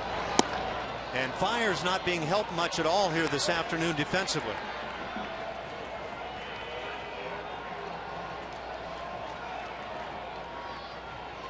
Leadoff walk and a triple. The A's have caught him. And again, on the season series, the Astros lead 7-6. But these A's, the last place club, have not laid down for the Astros.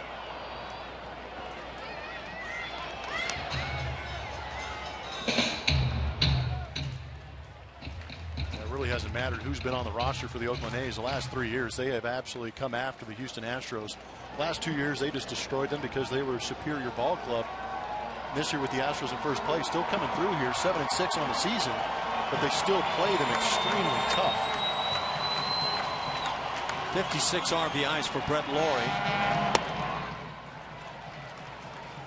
With as many high fastballs as Fiers brings, just not going to get a ton of ground balls. He has collected one out here this afternoon via the ground ball.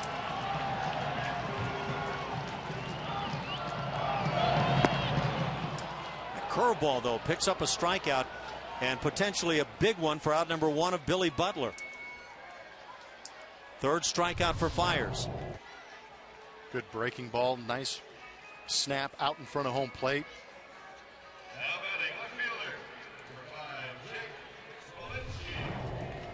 Sometimes you got to help your own cause. After what happened in the outfield, Mike Fiers takes it upon himself to get the first out of the inning. Jake Smolinski stands in, one of the other two hitters who have struck out today, the other being Mark Canha. So Smolinski 0 for 1 with that strikeout. That infield still in for the Astros.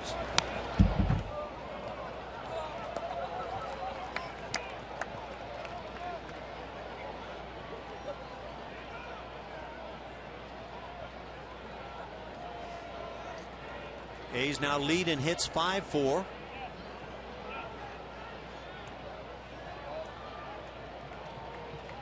That's the other thing about playing in September. These rosters get expanded and you get some of these young kids out here who are hungry to prove themselves. They're not going to back down. This one is drilled down the left field side at the foul pole and hooks foul. So Fiers has seen a couple of balls hit very hard and deep down the left field side, but in each case foul by small margins. So a good breaking ball to punch out. Billy Butler, this one just flattened out and hung out over the middle of the plate. That's an easy call for Jim Wolf, the third base umpire, who's had a tough one earlier in this inning already. Tough one, but excellent call on the ball hit by Danny Valencia. Jake Smolinski played with the Texas Rangers not only last year but early on this season. Last year had some pretty good success, hitting .349 in 24 games. Got 30 hits in 86 at bats. Whoa, pretty good stuff, huh? 5 doubles, 3 home runs. And now finds himself in an A's uniform. Again, hooks it foul. I'm going to go out on a limb and say he's got power to left field. It would appear that way. And if he was playing cricket, he'd be a first-round choice. Will we ever see the day where 2 outfielders play in the same field? Just thinking ahead, that's all. I was going to say, is that progressive thinking? You got to do it these days.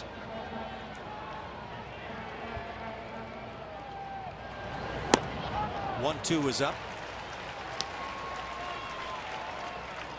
With these 2 guys on the mound today, Fiers and Dubront, the innings are deliberate. And a lot of pitches thrown, too. Be a nice way of putting it, I think. 2-2. What a big strikeout right here this would be. Smolinski gets a piece.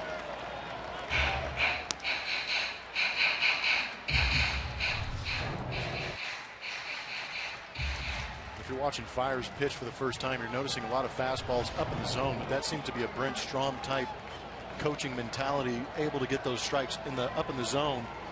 And we know that Fiers has a good changeup, good breaking ball, and sometimes you got to change the eye level of that hitter, but Brent Strom actually talks about pitching in the strike zone up. Got him. Second time Smolinski goes down on strikes. This one huge now, as there are 2 outs as Laurie remains at third base. And sometimes if you double up on that, you get the hitter thinking maybe down in the zone, but you got to play into Mike Fiers' deception on these fastballs too, able to sneak that one past Smolinski up in the zone. Do you think that that's part also of what Fiers has done through his career to this point, and it just kind of fits in very nicely with Brent Strom? Well, for me, I haven't seen Fiers pitch enough to understand that. That's fair enough. So what I've seen from him here and what we know about Brent Strom going in is why I make that jump to the conclusion there that he is pitching more up in the zone now. Because we've seen it be effective for Dallas Keuchel with his fastballs up in the zone. Brent Strom is a hands-on guy. Josh Phegley at the plate. And it's obviously working. The pitching staff has been phenomenal this year. They're number 1 overall in the American League in ERA. The bullpen is second. There's that good curveball in for a called strike.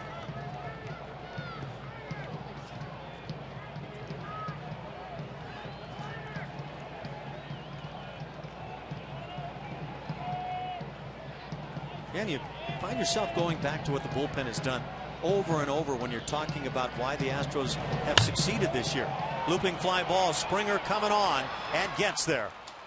So a couple of strikeouts and a fly out after a run was in and a man at third base. Fiers gets out of the jam, but we're tied at 2.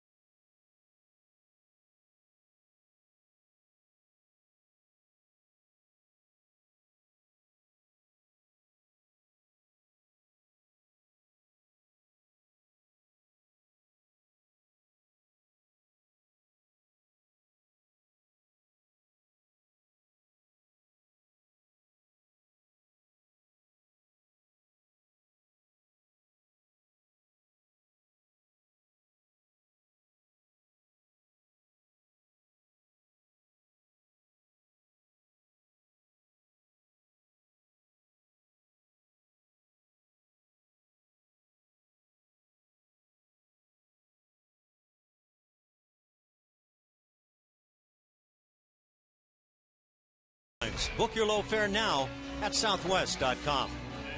And by HEB. No store does more than my HEB. Gorgeous day here in the Oakland area. Just a little bit of breeze. In fact, I think we could do with a little bit more here in the booth. I agree. How often do you say that here in the Bay Area? Yep. From what I saw, and I didn't check today, but I heard tomorrow could top out at 94 degrees. So I think we're pushing that right now. It's September, though. September, October, kind of that good time months of year. On the West Coast, yeah. You come in June and July into San Francisco and think you're in for a summertime? Think again. We go to the 5th inning, a 2-2 tie. A heck of a job by Mike Fiers to get out of that bottom of the 4th. Leadoff walk and a triple had the A's tied at 2, and the Astros looking like they're in a rough spot there, but Billy Butler and Jake Smolinski struck out. Josh Phegley flied out to the outfield to right, and Fiers able to get out of that jam. And now Jake Marisnick leads off here in the 5th. Tries to bunt his way aboard. Phegley with the play. That foot slips out as he bounces the throw, and Marisnick is safe, and a tough play for Phegley. It is a base hit for Marisnick, who had a sac fly in the 2nd inning, so Jake is 1 for 1 on the day. I think if that ball gets picked, Jake is safe. Now batting. Good idea to lead off the inning here. This is what we talked about, putting that ball in play. I wonder if that ball actually got a piece of Jake as he was coming out of the batter's box there. Again, the spikes coming out from underneath Phegley. Canna unable to come up with that pick. And the reward, base hit for Jake. So speed aboard. George Springer, the leadoff man, has doubled and flied out.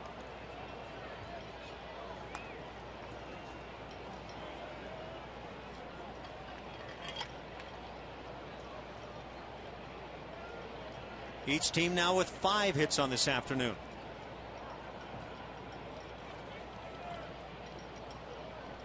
Scott Kazmir and Colin McHugh working the next couple of games for the Astros. Sonny Gray tomorrow night.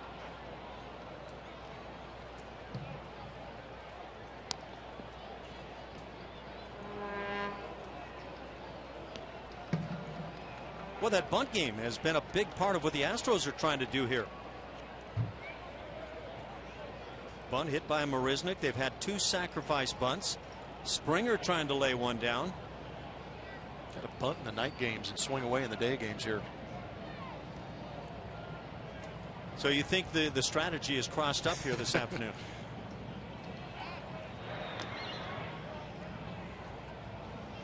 See, that may have been exactly what Bob Melvin was anticipating. Oh, yeah. He's that good. He's been a manager of the year, you know. He has. He's also been replaced by that guy in Arizona. That guy, A.J. Hinch, has done a whale of a job with the Houston Astros. Just the temperament alone to guide a young ball club like this into first place and maintain first place for as long as they have has been pretty impressive. You and I have that great opportunity of being around the players and maybe getting a feel for the way they feel things are working. It's my sense that they, to a man, love what A.J. Hinch has done this year as Springer swings through the high pitch.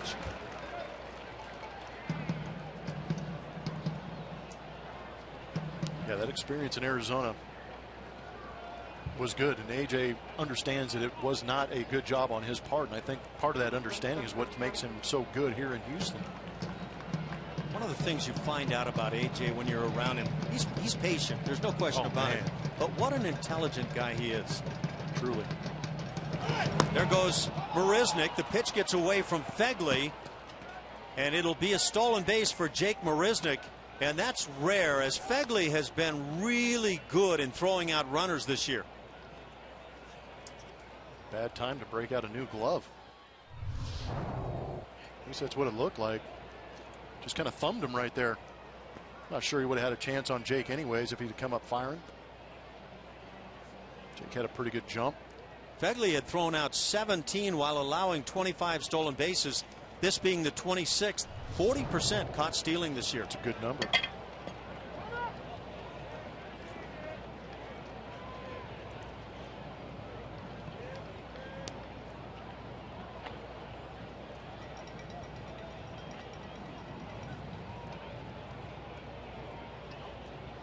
One and two the count on George.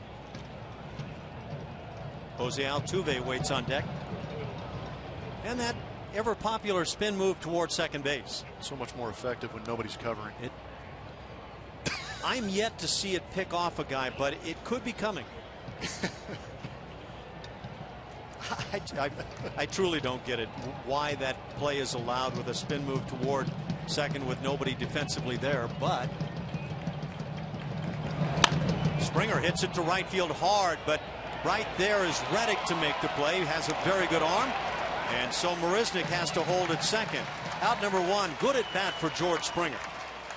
Yeah, that ball smoked. 2-strike count again. Going the other way with authority. But yeah, you're not going to run on Josh Reddick out there in right field, especially on a ball that hit that hard, able to get behind it and unleash the fury like he did. We were talking in Houston the last couple of days about Carlos Gomez, how he loves to throw and show off his arm in center field. I would say that Josh Reddick is one of those right fielders who just loves to say, go ahead, try me. Oh, he wants see what I've got. Go. Absolutely. Fegley out to the mound. Maybe explaining what happened with the glove a couple of pitches ago. One out. Marisnick in scoring position for Jose Altuve in a 2-2 tie here in the top of the fifth.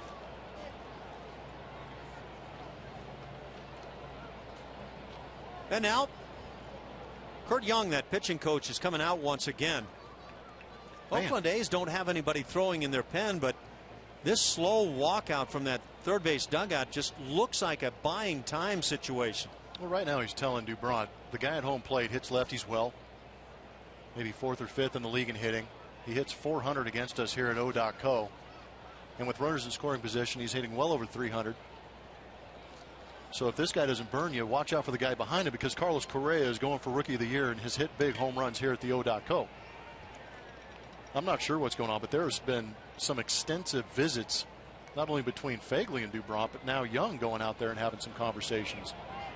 It would seem to me that for Jose Altuve, having Carlos Correa hit behind him would be an enormous plus.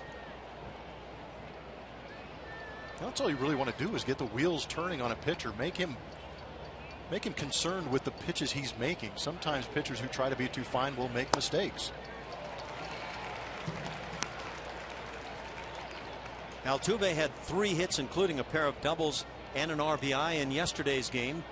8-5 win for the Astros over the Minnesota Twins. Boy, that could have gone the other way until those late big swings. Jed Lowry, the grand slam, 4th for the Astros this year and 2nd in the career of Jed Lowry.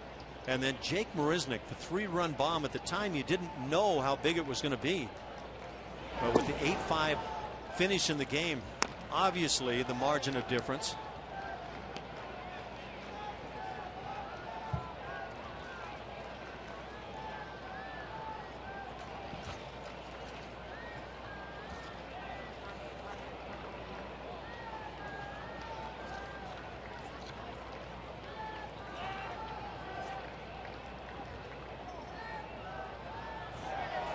And leaving early, Marisnick, he gets caught in that spin move. And now the A's in the rundown will have Dubron tag out Marisnick. That's the 2nd out of the inning.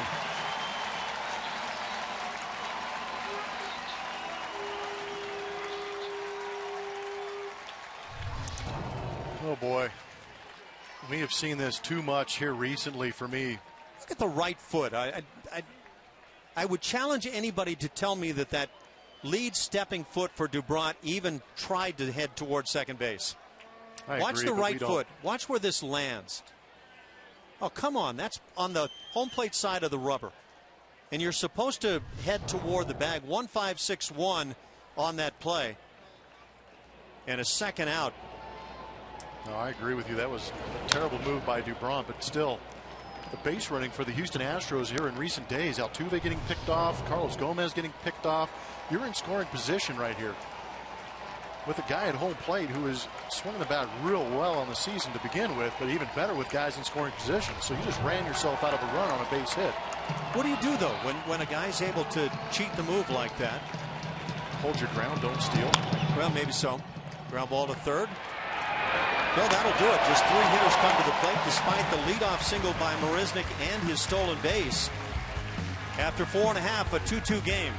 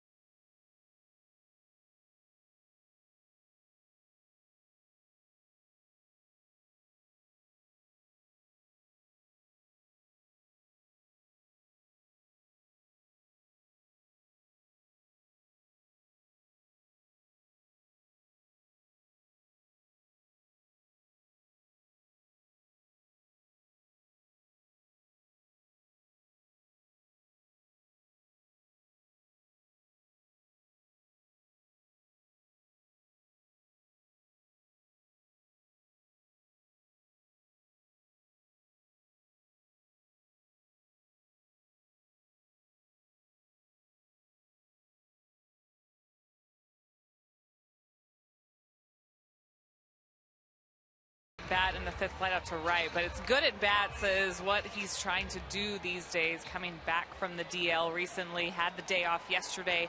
That was scheduled, and he'll have another day when the team is off when they go to Anaheim after this series. Just trying to progress his body, getting back into the swing of things, but it is an adjustment. When you take 2 months off away from live pitching like he did, it is tough to get back in there and be in that leadoff spot, have the good strike zone discipline that we saw early on in the season, but he does feel good about where he is right now, just trying to get better every day, guys.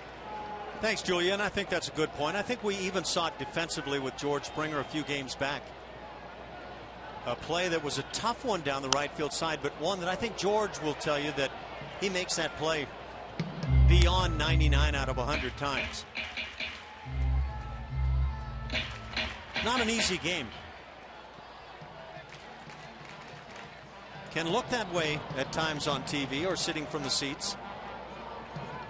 Marcus Semien leads off for the A's here in the fifth inning. 9-hitter, followed by Billy Burns and Mark Canha.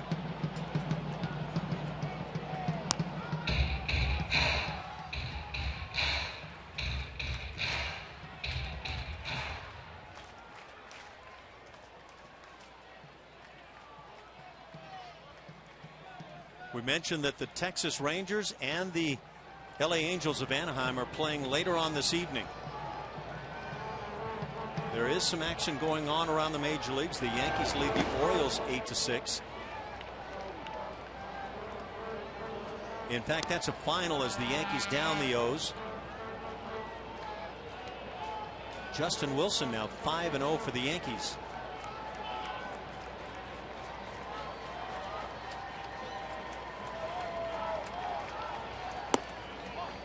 And a 3-2 count.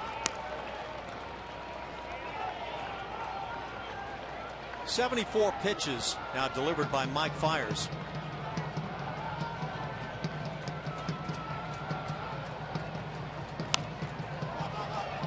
Pitch popped up. That'll be back to the screen. San Francisco Giants are being shut out in Arizona 5-0 in the sixth inning.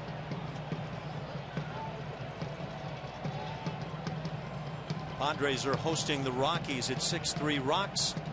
They're in the bottom of the fifth inning in San Diego.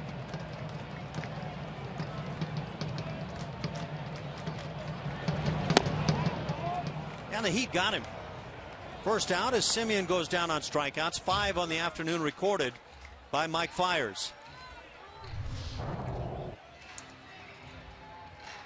Good location, late life on that fastball.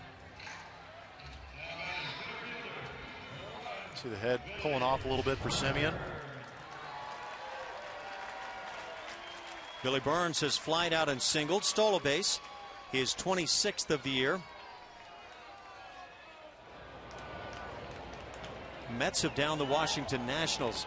There's a story for me, each of those clubs, huge surprises. 8-5 the final, Mets win it. Do you see that kind of progress from the Mets coming this year? No, much like the Astros. But again, the Mets, we talked about how well the Astros are pitching. The New York Mets, in the same sense, have a great starting staff. And I think that's what propelled them to the success they're having so far this season. And Matt Harvey continues to be in the news, and sounds like now that back and forth weaving story says Matt Harvey wants to pitch in the postseason. Well, I mean, you're never going to win public opinion by wavering. You got to take a stance and go with it. I mean, Scott Boras coming out saying what he said early on puts it, kind of ignites the fire a little bit. Then you put the player in a tough spot because he doesn't want to, upset the fan base or the front office. But then, I would have liked to have seen, a ball club with Sandy Alderson maybe take a stance and say, this is what we're going to do. Have a set program instead of saying, well, we're going to back off. We'll see what happens. Because now everybody's in limbo. I like what the Astros have done here with Lance McCullers. They said, we're going to send you down, rest you for 10 days, work on your mechanics or a new pitch, whatever it takes. Keep yourself in shape. We'll bring you back. We're going to stretch this rotation out over with these days off to maybe a 6-man or 5.5-man, whatever you want to call it, and give you the extra days off in order to limit those innings so that they can backload it when they get into a postseason run or possibly the playoffs. Fly ball into left center field. Carlos Gomez battling the sun and wins that battle. Second out of the inning. Yeah, and for whatever reason, and I have no idea, Lance McCullers has seen the numbers tail off here in the second half. Now, whether that's come from resting and getting away from being in a 5-man rotation or maybe just working so much over the course of the year, but his last time out was a good one. But again, the Astros had a game plan. They're working with Lance McCullers. They're not working with a Scott Boras. They're working with the pitcher. And they had a game plan. They approached him with it. They talked about it. They agreed on it. And now they're executing it. Fires brings the high heater. Mark Canha at the plate has homered and struck out. So we'll see how that all plays out, but it would appear, at least for the moment, that the New York Mets are going to find their way into the postseason. They've got a 5-game lead now over the Nats. 2-0 the count. Cincinnati downs the Pirates 3-1.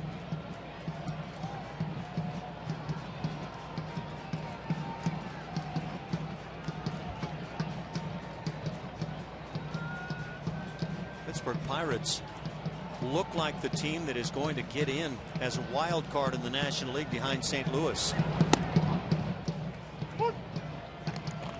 Chicago Cubs have had a great season. They were 3 back of the Pirates at the start of play today.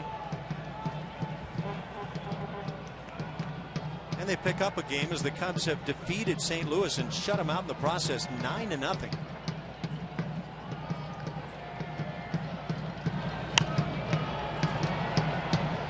Big swing by Canha. In the National League, here's a peek at what's going on in terms of the division leaders and wild card. Gosh, that National League Central might be the best division in baseball right now. Huh? It's got to be. Cardinals, Pirates, and Cubs, 3 very good teams. For me, those 2 wild card teams have got to put a little fear into teams who clinch. Pirates and Cubs? Yeah. Be a heck of a 1-game playoff. Yeah, that's the thing. 1 game later, one of those teams will be eliminated. It's a decent pitch right there. That's a very callable pitch. And we just continue to see Major League umpires not make that call on pitches that catch the knees some portion. High heaters fouled back. Well, if you're a pitcher, you just want to be rewarded for making a pitch, and right there, Fires made the pitch. By the way, Lance Lynn got roughed up for the Cardinals by those Cubs today. 6 earnings in 2 1/3 innings.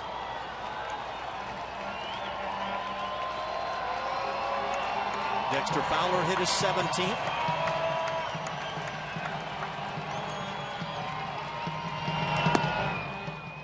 Just below the knees again. I don't know if it is. And Canna draws the walk. Comes with 2 outs and brings up Josh Reddick.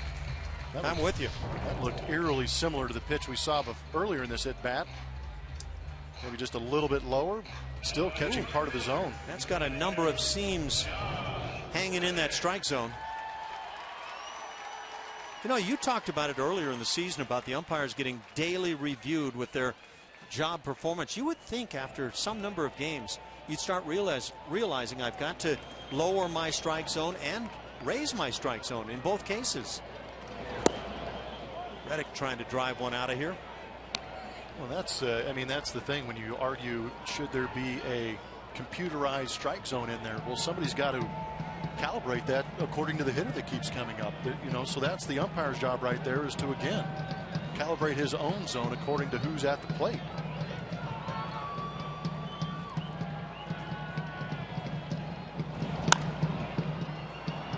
Is there room down the left side? Marisnik coming over aggressively and makes the play in that bullpen area for the A's. So Fiers gets out of the 5th inning as he leaves a man on the walk. We've played 5, tied at 2.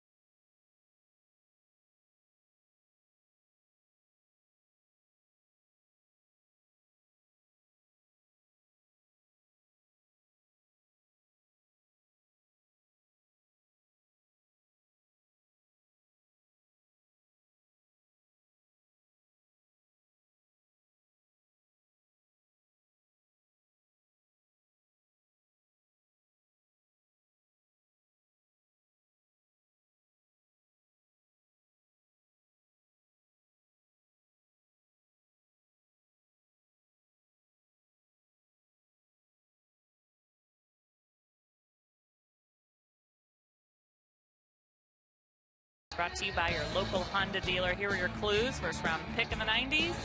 Astros, Rays, or Devil Rays, excuse me, and the Yankees. And he attended the same college as Will Harris, which would be LSU.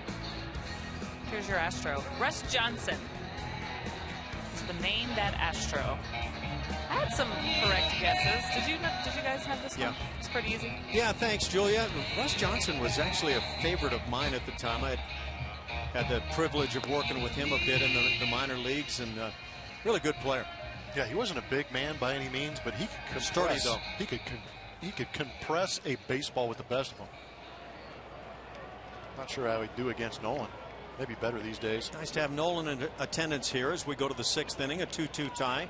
Carlos Correa is 0 for 2, but has driven in a run, the first on the day for Houston.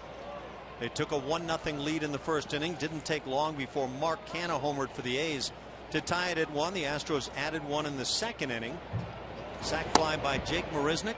But the A's came back with another one of their own in the 4th inning to tie it at 2. Felix Dubron and Mike Fiers have worked a very lengthy affair here this afternoon, but a well-pitched game in terms of the numbers. As out number 1 recorded, Correa grounds out to second.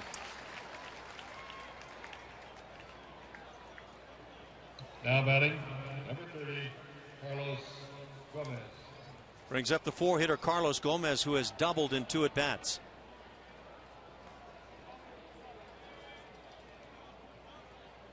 Toronto Blue Jays got slammed around today, 11-4 by the Boston Red Sox at Fenway.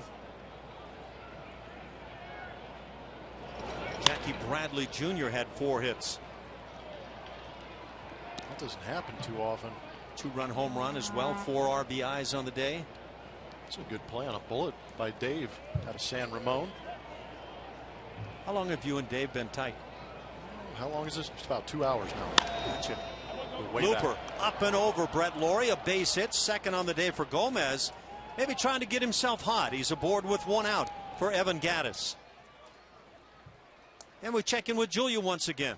Thank you very much. Join the Astros on Saturday, September 19th as they take on the A's. 10,000 fans will receive an Evan Gattis bobblehead presented by AT&T. For more information, visit Astros.com or call 1-877-9-ASTROS. Can't wait to see what that looks like. Julia, watch out for the sunspots here this afternoon.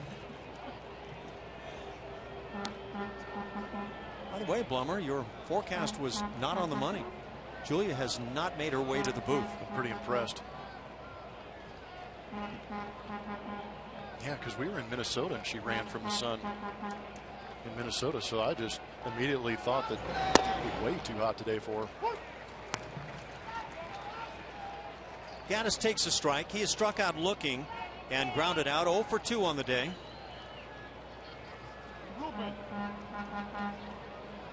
Be anxious to see if that is actually a bat in his bobblehead or a war club. Or some variation of a tree trunk that he's chopped down in previous days. Now I think you're getting close. By the way, your boy Josh Donaldson has slammed his 37th today. My goodness. Just keep doing it. 115 RBIs for Donaldson. Oh, hum. Let's see what all the fuss is about. Well, you're one of the fuss creators. You've already named him the MVP. Man. Also, your boy Mark Burley took the loss today. 3 1/3, allowing 5 earnings.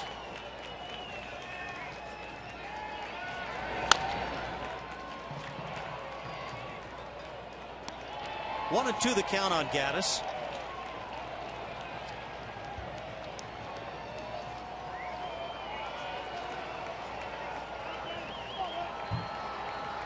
By the way, what do you think of that kid at shortstop for the Boston Red Sox? Xander Bogaerts. You and I both loved him earlier this year when we saw him. He is hitting with a base hit today and 2 RBIs, .318. Yeah, he's starting to figure it out, isn't he? 2 and 2 the count.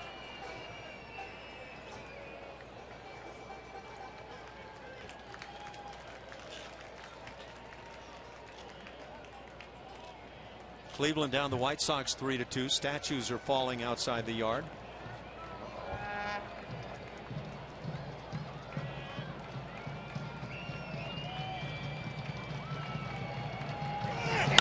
There goes Gomez as the pitch is fouled down the right side. Gomez quickly retreating to first, but nobody near on this one. Do not fear, that statue of Jeff Blum stands. Ouch. Tell you what, that last pitch was right in Gattis' wheelhouse. It's right around that beard region where he really likes to unload. We didn't learn about the beard region until we came to Oakland first time through this year. Yes, indeed. Took a shot to center field, and what a big series that proved to be for the Astros, and led them to the huge winning road trip they had. Gattis down on strikes, second out of the inning. Third strikeout for Dubront. 2 outs for Marwin Gonzalez, who is 2 for 2 with a double and a single. Good changeup from Dubront.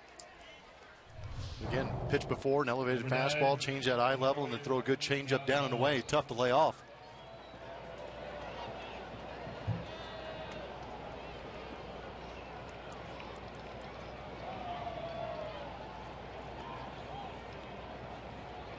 So all that's left around the major leagues, as we mentioned, the Texas Rangers at Seattle tonight, Minnesota at KC, the Dodgers.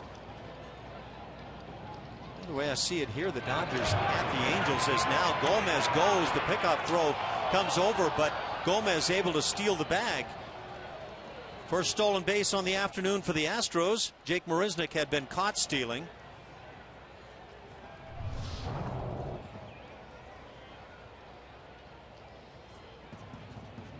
That was just speed overwhelming the play right there. Yes.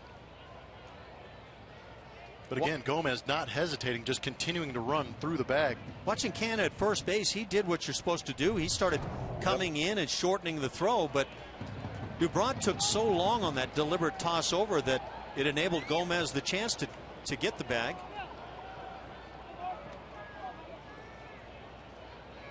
So another stolen base for the American League team leading stolen base club. 102 on the year.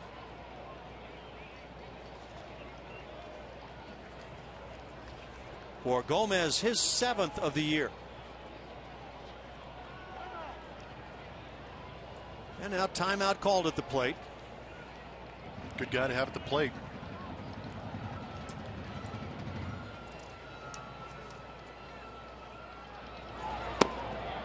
The Astros could use one of those big 2-out knocks right here in the 6th.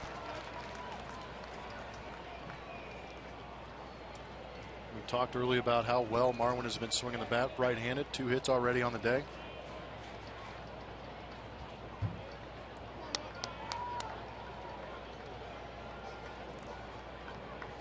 If it feels at times like runs have become hard to come by for the Astros, they have slipped to 5th in runs scored, but this line drive to right, hauled in by Josh Reddick with a great jump in right field. Marwin hits it well for a 3rd time today, but that does it. The Astros strand Gomez at second. We played 5.5 and still tied it.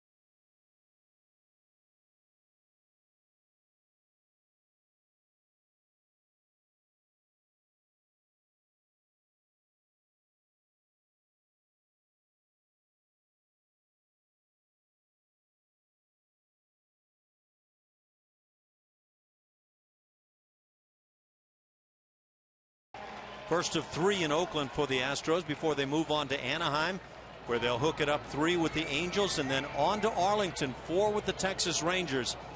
A very big and important 10-game road trip for the Astros. Cleanup man Danny Valencia at the plate and takes what is called a ball to start the 6th.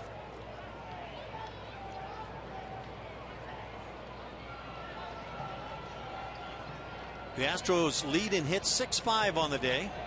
Both starters still working it. The bullpens have been quiet. And another ball. It's 2-0. A couple of close pitches on Danny Valencia, who has singled and drawn a walk, scored run number 2 for these Athletics in the 4th inning. Scoring on the triple. Ball that was ruled a triple into left center field, hit by Brett Lawrie. And now 3-0.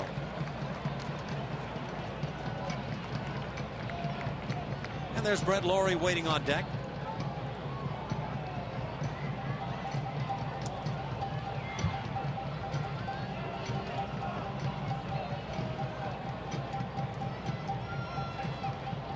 Dangerous to fall behind on Valencia, who swings on the 3-0. Diving stop, Marwin, and it's a foul ball. But what an effort by Marwin Gonzalez.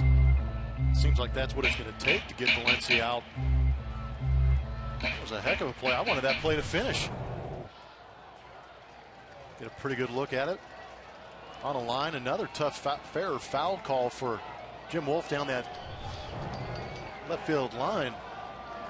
How about Marwin? He has been all over the diamond all year long, swinging a good bat.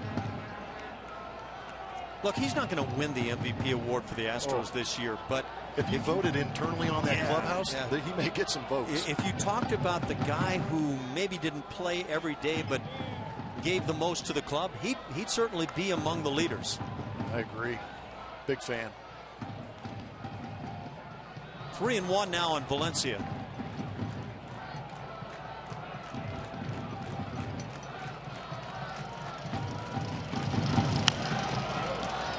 It's the high heat, fouls it back. Full count. Shift on in the infield as Altuve is on that shortstop side of second. The base hit by Valencia in the first inning. He just simply shot through the vacated second base spot. And the walk, second time today, Valencia aboard.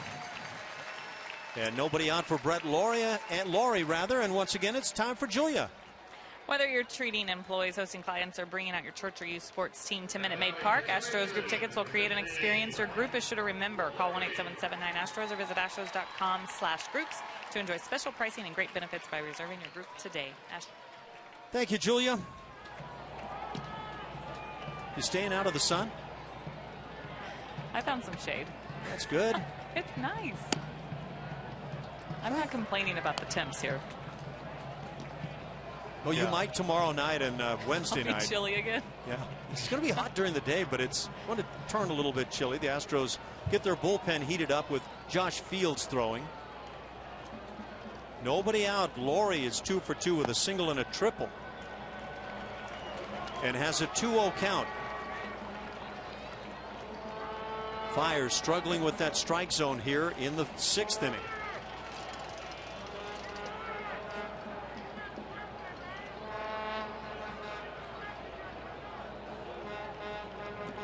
Fires has walked 3 on his afternoon.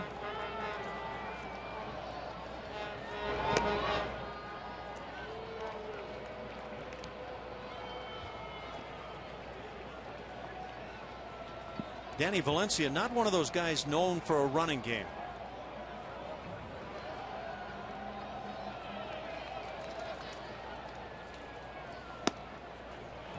And now 3-0, second straight hitter that sees Fires fall behind with that mark. In fact, Danny Valencia has not stolen a bag with the A's.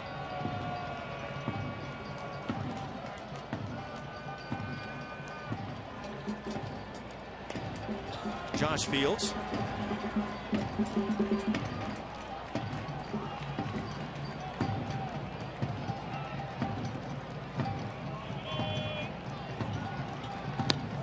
Not even close.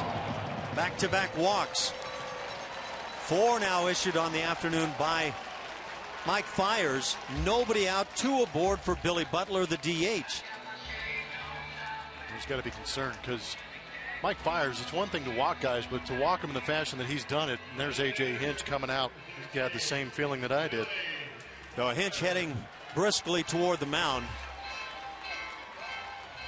We'll see how A.J. plays this. The entire infield coming toward the hill.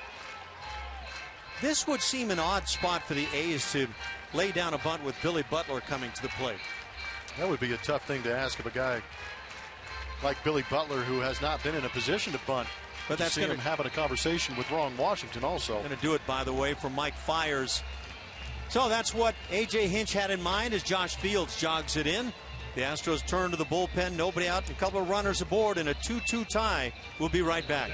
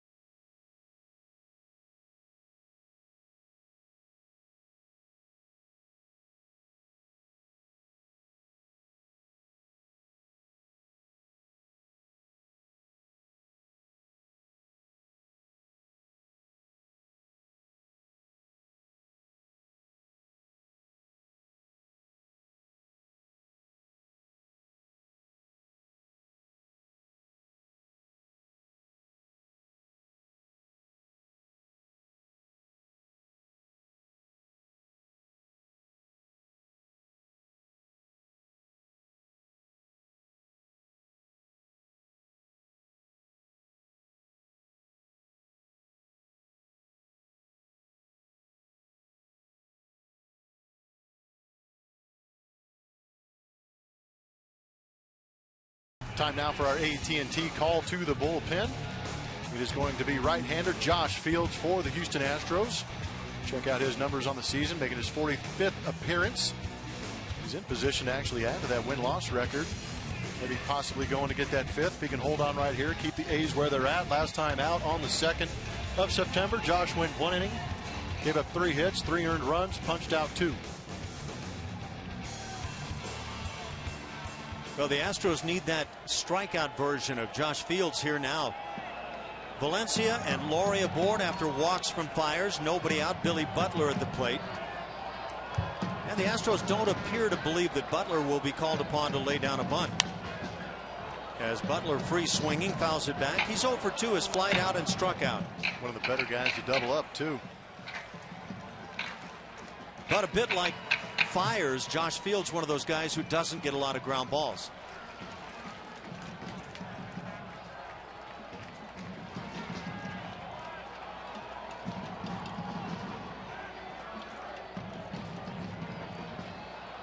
The Astros deep in center and left field, but in right field, George Springer shallow.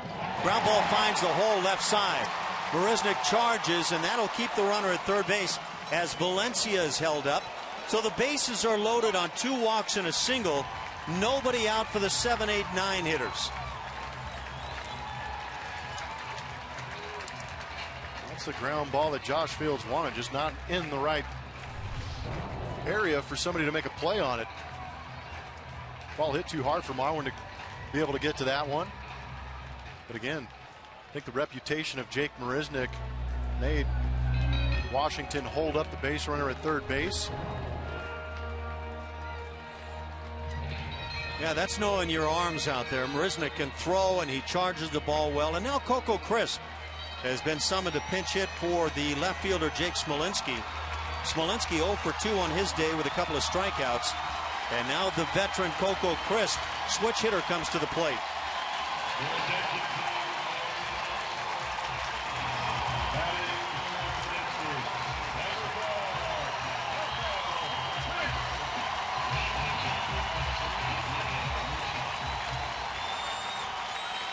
Oakland fans come to their feet. For the moment, it's all even on the board. 2 runs and 6 hits for each team.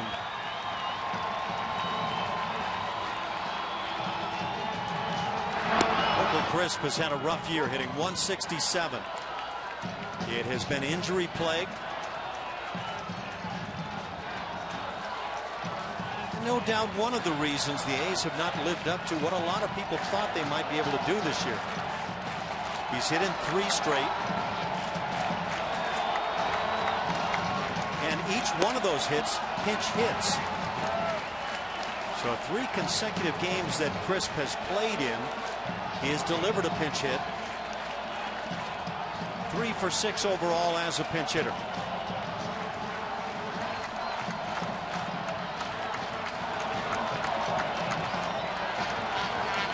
The Astros play for the double play, and a drive to right field. Springer playing shallow on the run, won't get there. It's off the wall. 2 runs will score on a 2-run pinch double by Coco Crisp that came pretty darn close to being a pinch hit grand slam. And the A's take a 4-2 lead here in the 6th. Coco Crisp has been limited due to injuries, but still continues to swing a hot bat against the Houston Astros. He's destroyed them over the last couple of years. Comes up in a big spot right here in the bottom of the 6th. First pitch fastball he takes for a strike. Takes a changeup to get to 1-1 count. Here gets a fastball again. A fastball from Josh Fields, even at 95 miles an hour, left up out over the field, up out over the plate. Is a good hittable pitch for a guy like Coco Crisp. So Fields comes on, yields the base hit to Butler. Now the pinch hit double by Coco Crisp. The A's lead at 4-2 and have runners at second and third. The infield drawn in. Marwin with the play, a fair ball, and that good strong arm able to get the out on Josh Phegley, and the first out of the inning. Marwin has some kind of arm, and he utilizes it well. That was a good one. He can come down sidearm if he needs to, like he does at shortstop and second base, but right here, on the backhand, plants the feet, gets on top, and throws a nice four-seam strike to first base. Another one of those close balls, whether it be fair or foul, near the third base bag or down the left field line. One out. Infield still in as the 9-hitter Marcus Semien is at the plate. Corners in. You can see the middle infielders playing in that number 3 position that I like to call it. Well, if the ball is hit to them, their mentality is the third runner at third base is the priority. But because it's Billy Butler, he may not be going on contact because speed is not there. So if they see him hold, get the out at first base. Joe Thatcher and Vince Velasquez loosening in the Astros pen. And a 2-0 count as Fields falls behind on Semien.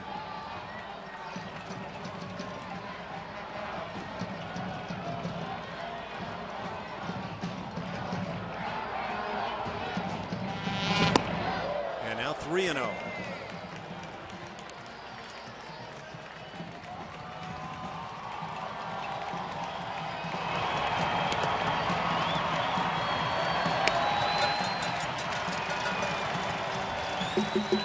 These Oakland A's are 10th in the American League in runs scored.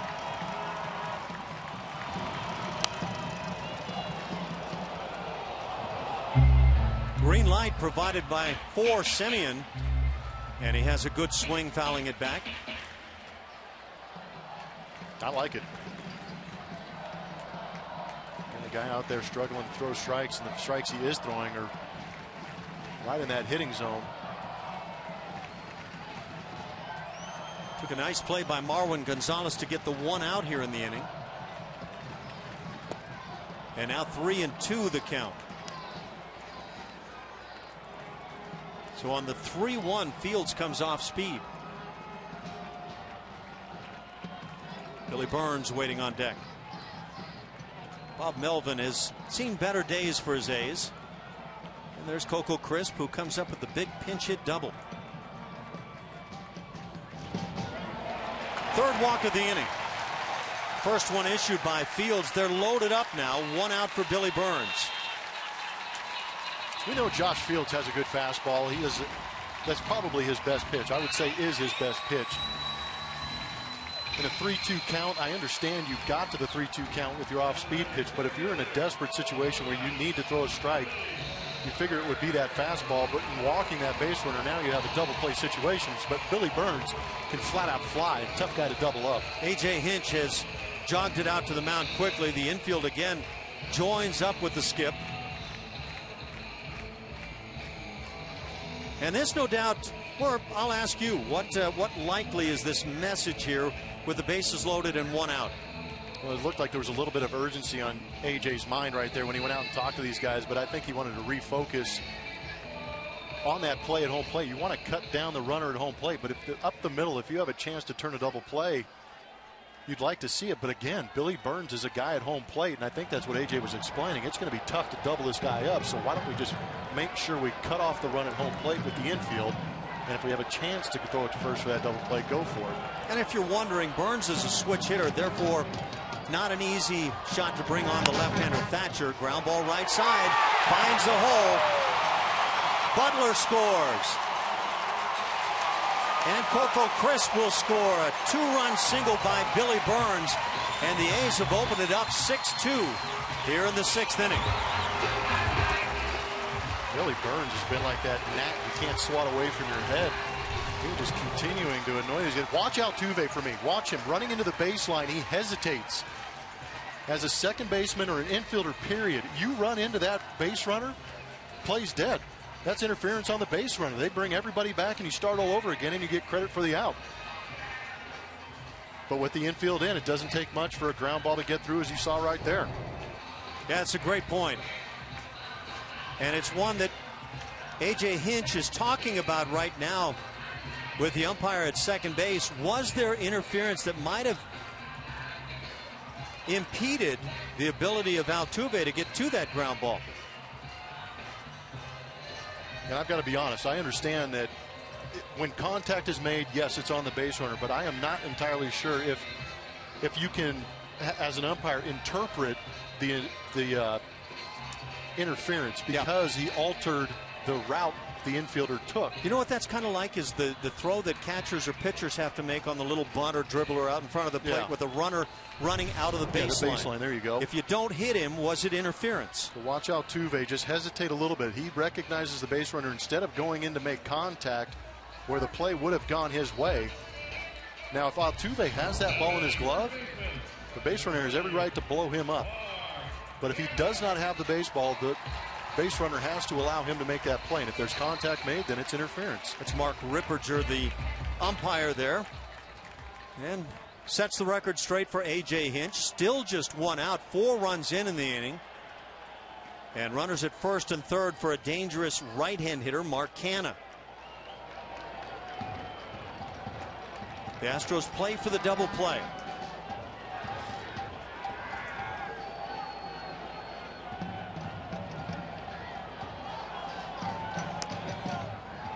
How an inning can change on a ground ball. Billy Butler, who came up with runners at first and second and nobody out, hit that ground ball on the left side that found the hole.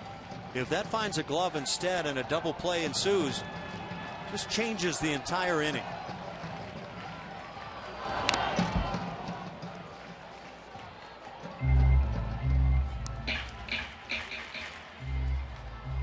Velasquez and Thatcher continue to loosen in the Astros pen.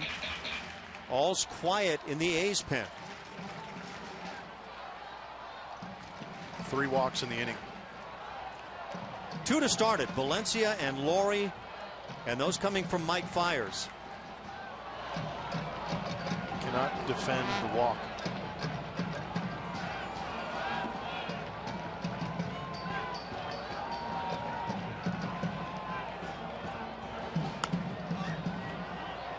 Curveball is popped foul. Carter can't quite get to it.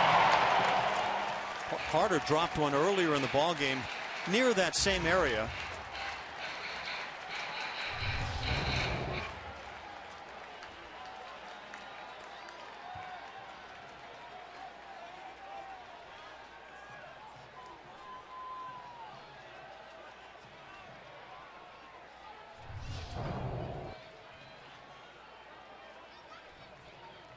Oh, and 2 the count.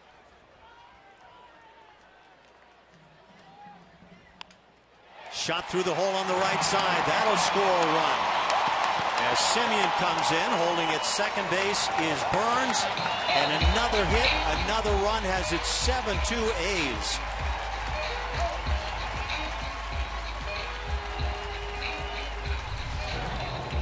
What a pleasant surprise for Canha. He has no clue where this ball is.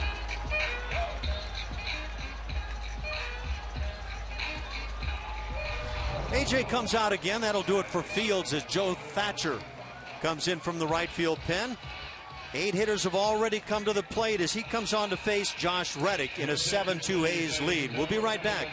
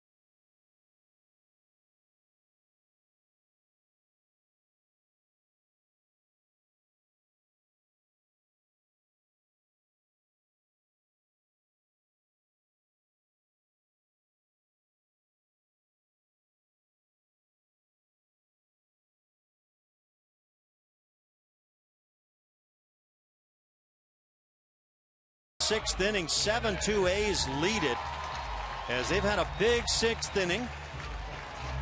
And now the three-hitter Josh Reddick comes to the plate against Joe Thatcher. Thatcher's numbers back on that expanded roster. Spent some time down there in Fresno. Pitched on the fourth against Minnesota, went a third of an inning. Had a punch out.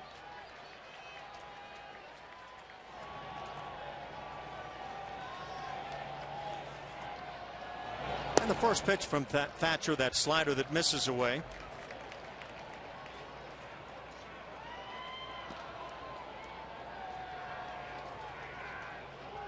Second outing now since coming back from the minor leagues. Astros play for the double play.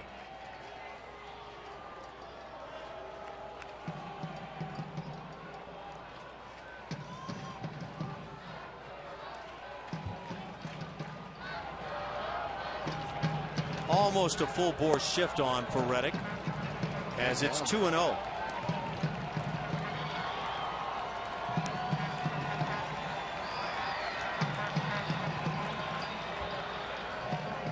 Have to get the man some pitons out there on that hill. A what? Aren't you one of those mountain climbers? Oh. That was something out of Star Wars. Surfing or nothing for you, huh? A little bit closer to the sea level than I am getting above it. 3-0 the count.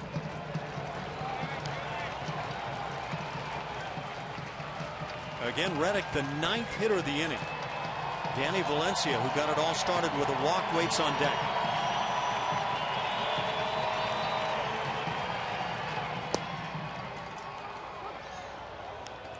Three and one the count.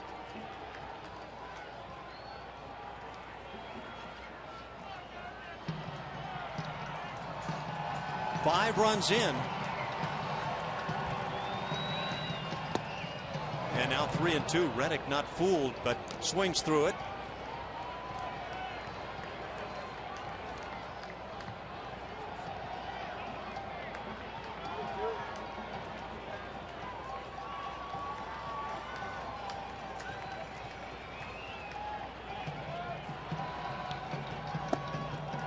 And another walk. Fourth of the inning. And the sixth issued by Astros pitching, and again A.J. Hinch heads to the mound.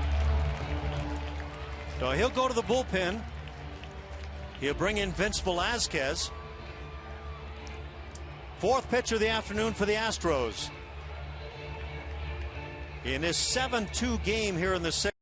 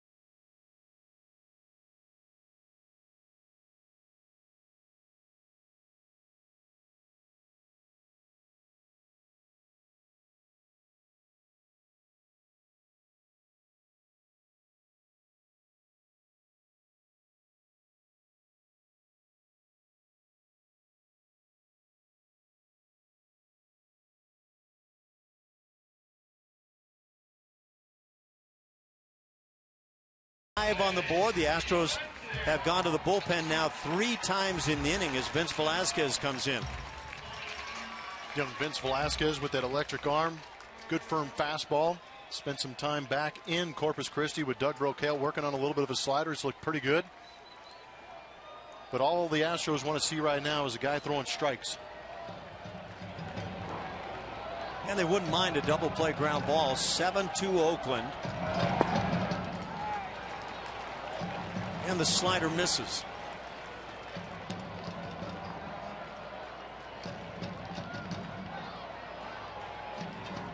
Valencia has singled and walked twice, scored a pair of runs. He walked to start this inning, came around and scored that third run that gave the A's the lead, but they haven't stopped. And now a 1-1 count. Good call, Blue.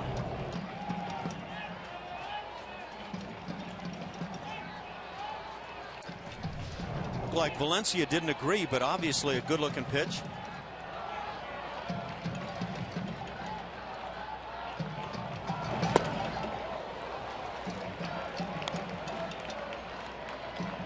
.93 miles an hour on the heater. 2-1 the count.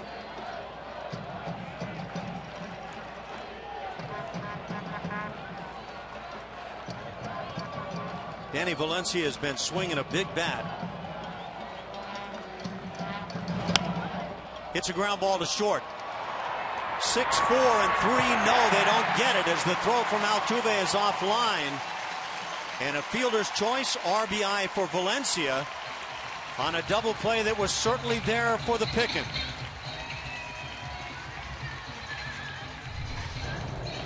I'm sure Altuve is okay. Not hit hard, but Carlos Correa does a good job of getting behind this, giving him a good feed. And I think if that throws on line, they get Valencia. Watch the slide. Good aggressive at the base.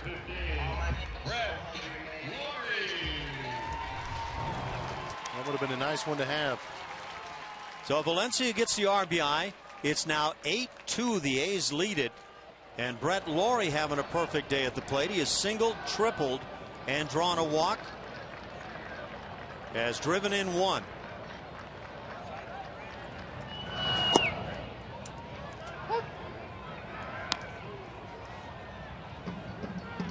Well, we've seen some extra outs presented today. Yeah. Extra outs and walks. Proven to be killers. And Jose Altuve and Carlos Correa are going to be one of the better combinations up the middle for probably a long time for the Houston Astros. But considering the situation and now out of control this inning's gotten, that would have been a nice double play to have. Almost a must turn.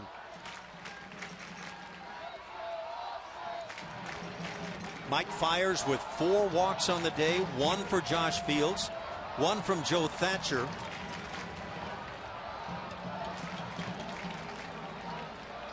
Adds up to what would figure to be a tough day, and it is. 8-2 A's lead.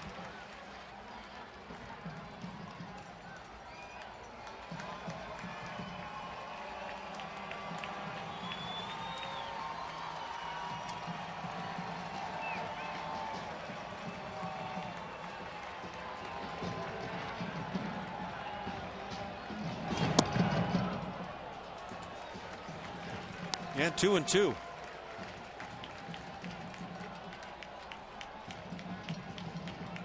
The Astros have been 4th best with their pitching staff in terms of issuing walks.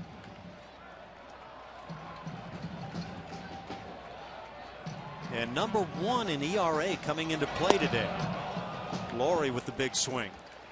Down on strikes, that'll do it as 11 come to the plate for the Oakland A's. And they depart the 6th inning leading at 8-2.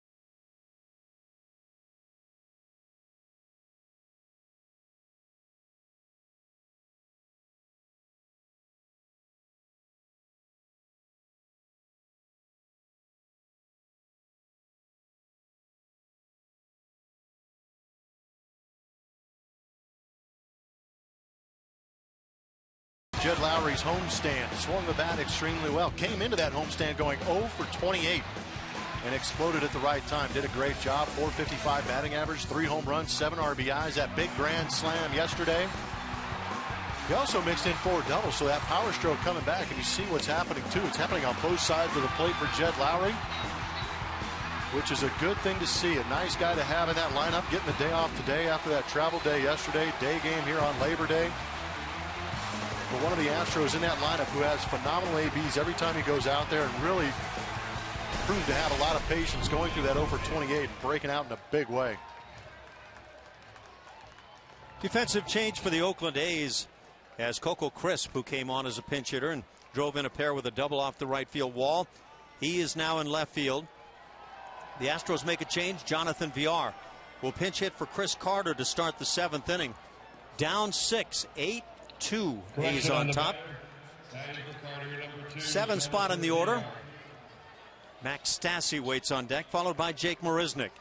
And Felix Doubront works it into the 7th inning, and the A's get their first action going in the bullpen as right-hander Fernando Rodriguez gets loose.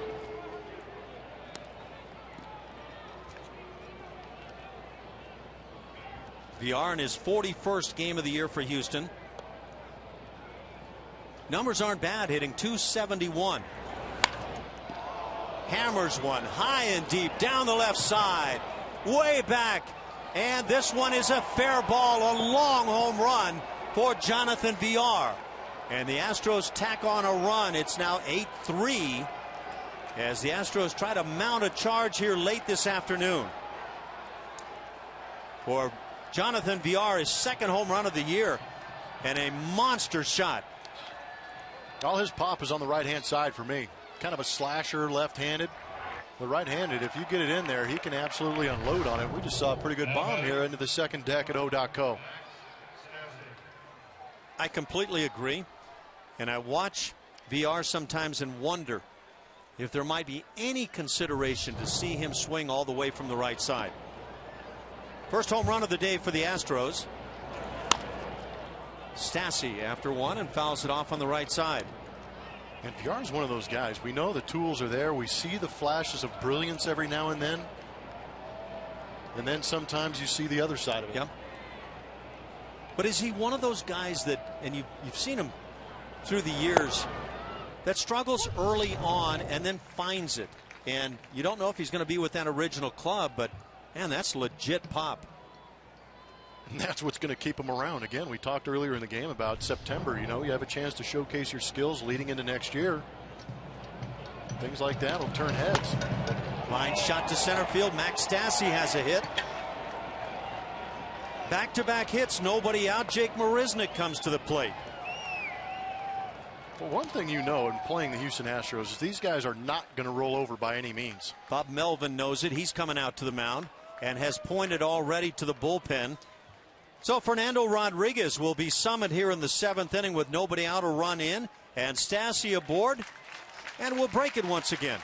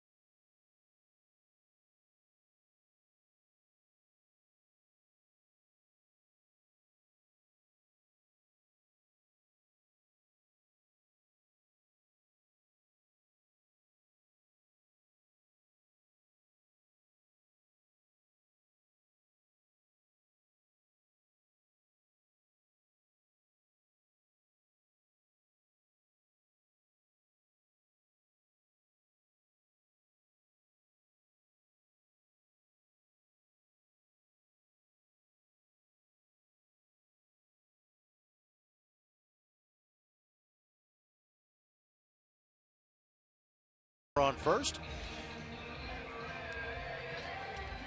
Keep up with the pennant races in true HD quality on MLB.TV Premium. Watch every out-of-market game live on more than 400 supported devices. Real-time highlights, live look-ins, pitch tracking, widget, and more. Visit MLB.TV today.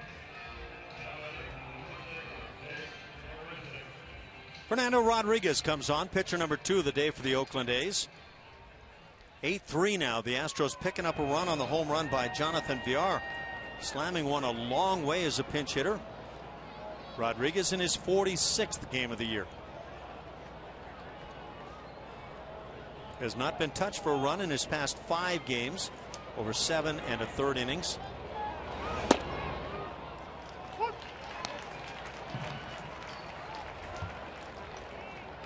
Home run and a single. Villar and Stassi. Jake Marisnick is 1 for 1 on the day. Had a sac fly in the second, made it 2-1 Houston at the time, and then laid down a bunt single in the 5th inning, stole a bag, but then was caught stealing on one of those spin moves as Dubrat turned toward second base somewhat. Marisnick was moving on the pitch, and the run down left the out.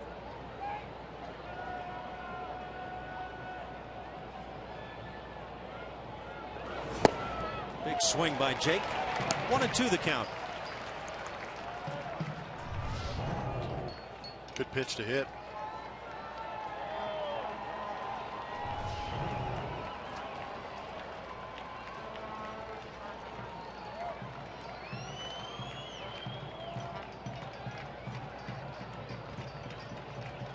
Rodriguez, a Texas guy, born in El Paso, and he blows it right on by at 94. First out of the inning. Strikeout number 4 for Oakland pitching. Good life and location on that pitch from Rodriguez. Number 4, George Springer. Back to the top of the order now as George Springer comes to the plate. Doubled in the first inning and has flied out twice. One of those in the 5th inning, a line drive to right field. Had Marisnick at second base at the time.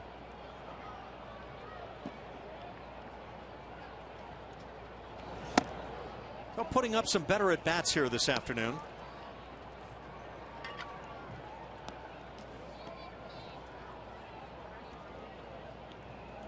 Rodriguez came to the major leagues originally with the LA Angels and moved on to the Astros for a couple of seasons.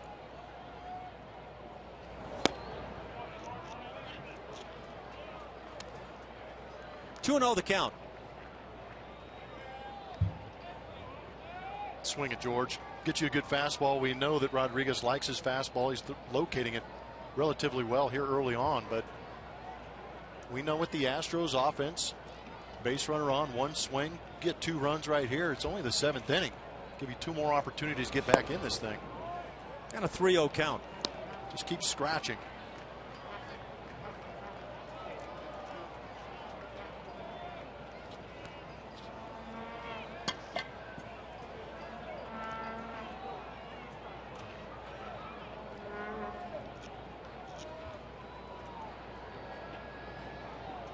Stassi a short lead. Springer takes ball 4. Going to put runners at first and second, 1 out for Jose Altuve.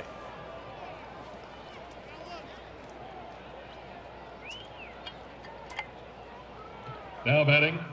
Second walk issued by A's pitching today. Altuve.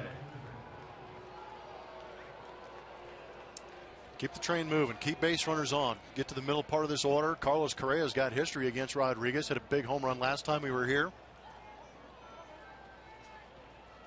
Then you get into that Evan Gattis RBI range. Marwin Gonzalez.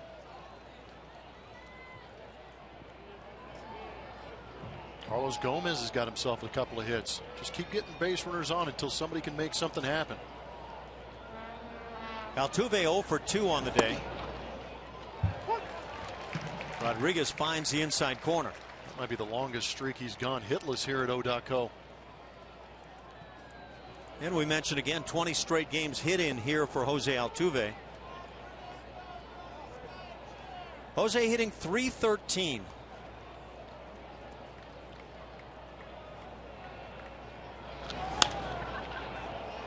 Should be easy in right field for Reddick, shielding his eyes from the sun.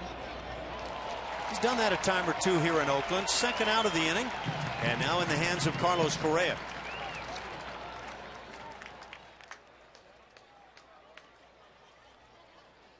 Sometimes I really get the impression that Jose Altuve is a big-time guess hitter. Might have been sitting on that slider right there. Not really a good pitch to go after, but just can't help himself sometimes.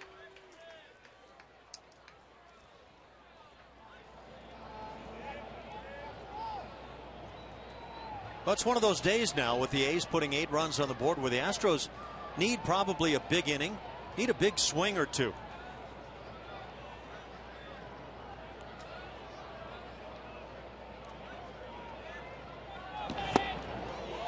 Well, that was a pitch to be able to drive.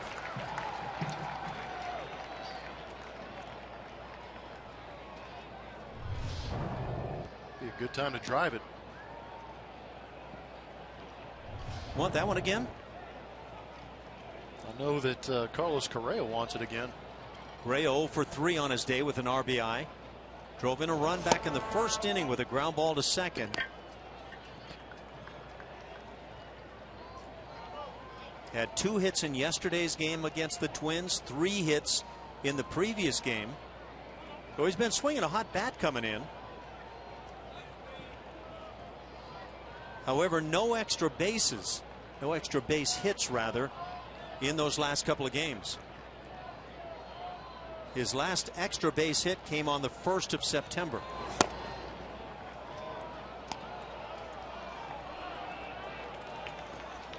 Two balls and a strike. Good hitting count for Correa.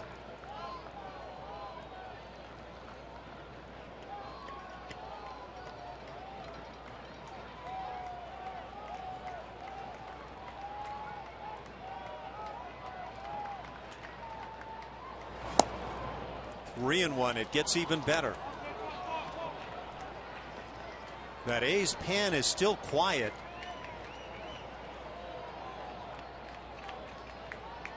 Yeah, this is a tough spot right here for Rodriguez. You make a mistake with the fastball, Correa puts a good swing on it, there's going to be some damage done. If you walk him, you're loading up the bases and putting a base runner 90 feet closer to home.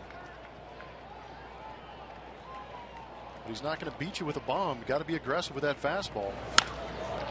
Fly ball down the right field side. Long run for Reddick in the corner.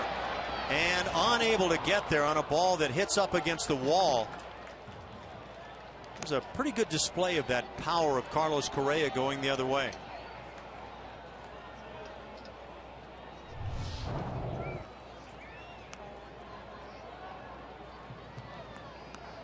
How much mileage corner outfielder at OAK covers over the course of a season. It's got to be a couple acres. And not necessarily so much on that ball, but those shallow pops down either side. Running into the bullpens forever.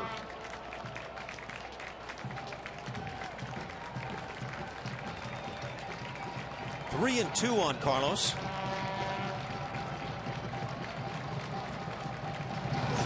Drive to left center field, deep on a line. Back at the wall. See ya.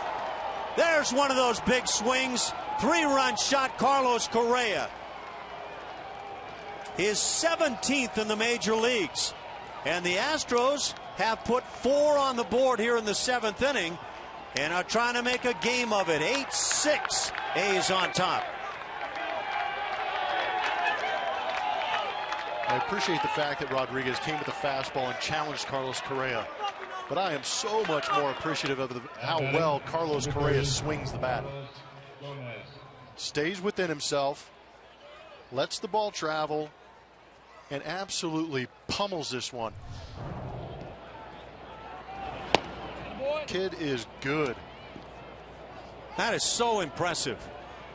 I kind of said on a line, that's just one of those bullets that just keeps on carrying. Line drive softly hit right at the second baseman Laurie. That'll do it for the Astros. But they do come up with a frame, putting 4 on the board. Couple of home runs, VR and then Carlos Correa, number 17.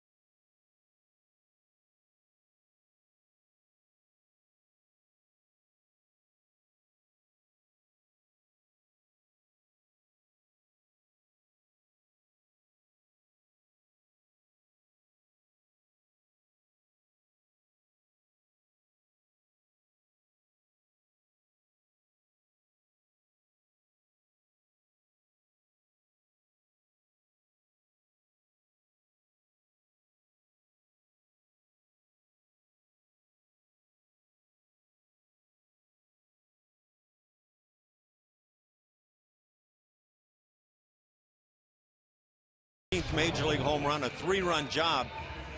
And you want to watch some perfection? Take a look. Eyes on the baseball, right down the barrel, staying on that baseball. You say the head it doesn't come up until he absolutely knows he killed that fastball. Then the smile knowing he got it. Man, that's a beautiful thing. There was no other feeling like it than hitting a home run in the major leagues. Well, it didn't take a lot to figure the Astros were going to need to put some runs on the board in a hurry. And they did just that in the 7th inning. Now a 2-run game. Vince Velasquez still on the mound. He will work in the bottom of the 7th inning to the 6, 7, 8 spots for the A's. Billy Butler, Coco Crisp, and Josh Phegley.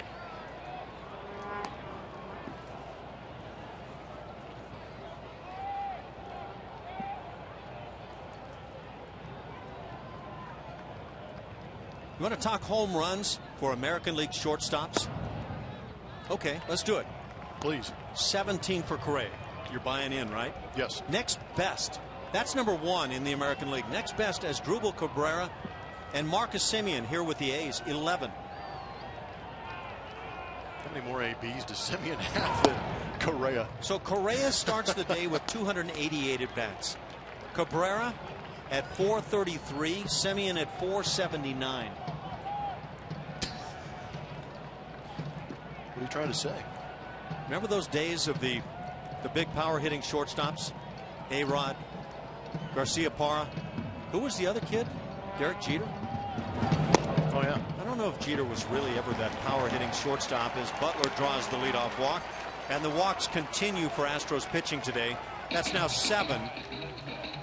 But I think Carlos Correa has started a new club once again. He's in a club by himself. And I think it's going to be hard for others to enter that club. Yeah, what are you going to have to do to enter the same realm this kid's in? Coco Crisp came very close to a pinch hit grand slam in the 6-run 6th inning for the A's. Drove in a pair with a double off the wall in right field.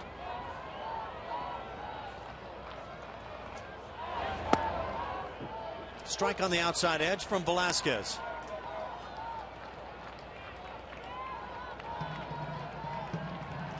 Anyway, just wanted you to know that in terms of home runs for shortstops in the American League, Carlos Correa is leading the pack by a wide margin.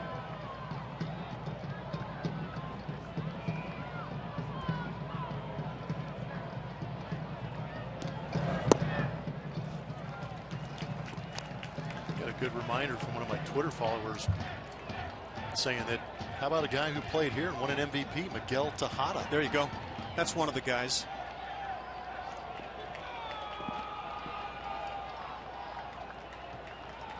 I'm trying to think, was it Tejada to go with A-Rod and Garcia Parra? They're all in that same generation. Yeah, I know Jeter was obviously one of the great shortstops, but he really wasn't that power hitting guy. Yeah, just average defense. 2 balls and a strike. That brings Stassi out to the mound.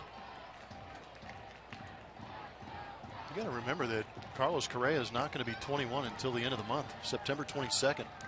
20-year-old, and you want to say kid, but I got to stop saying that because he's a full-grown man. Talk about a mature young man. We realize everybody doesn't necessarily get a chance to come up and speak with Carlos Correa, but we want to assure you he is so impressive. Fly ball down the left field side. Marisnik is there. First down of the inning. Bring up the catcher, Josh Phegley. Well, the fans love him. Now batting the catcher, number 19. Phegley, the 8-hitter, is 0 for 3 on the day.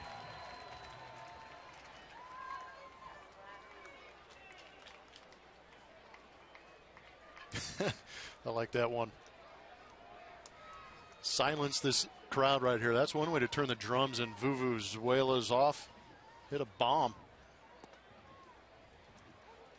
Did you change your pronunciation of that word that time? Is there one pronunciation? I'm not sure. Word? Not listening to you, there isn't. No. Got issues. 0-1 the count on Phegley. Pitch is fouled back, 1-2.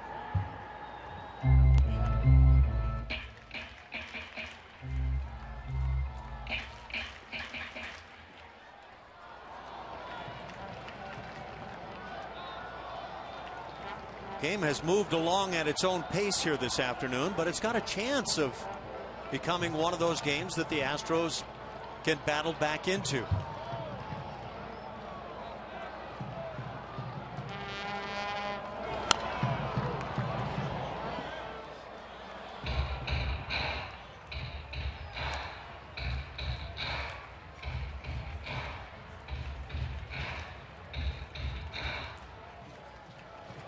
Blue Jays have a pretty good shortstop now. It's pretty similar in size. It's Carlos Correa and Tulowitzki too. Just bigger guys that play shortstop, cover a lot of ground, and hit some bombs.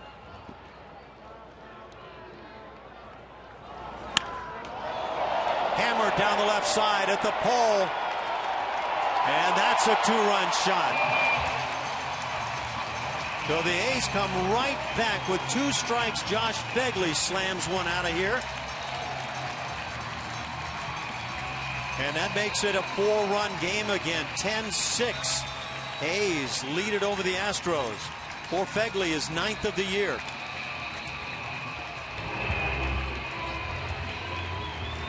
That's disappointing. Who would have thought that it would have turned into a slugfest here at OAK with the A's?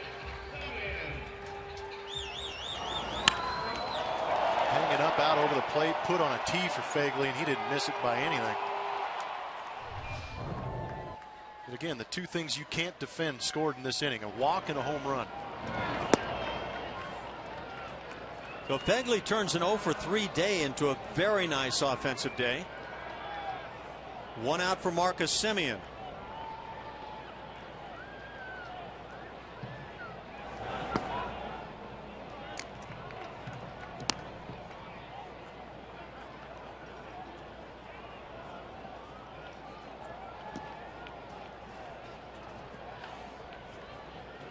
Okay, you brought up Troy Tulowitzki. Yes, he has 17 home runs, now the same as Correa. Ian Desmond also has 17. The leader in the major leagues of shortstops with home runs, we just saw him a few weeks ago, Brandon Crawford of the San Francisco Giants. He has 19. But each one of these other names I just mentioned have at least 450 plus at bats. In the case of Desmond, over 500 at bats. So just give Correa some time as Semien draws the walk. The 8th of the day picked up by the A's hitters.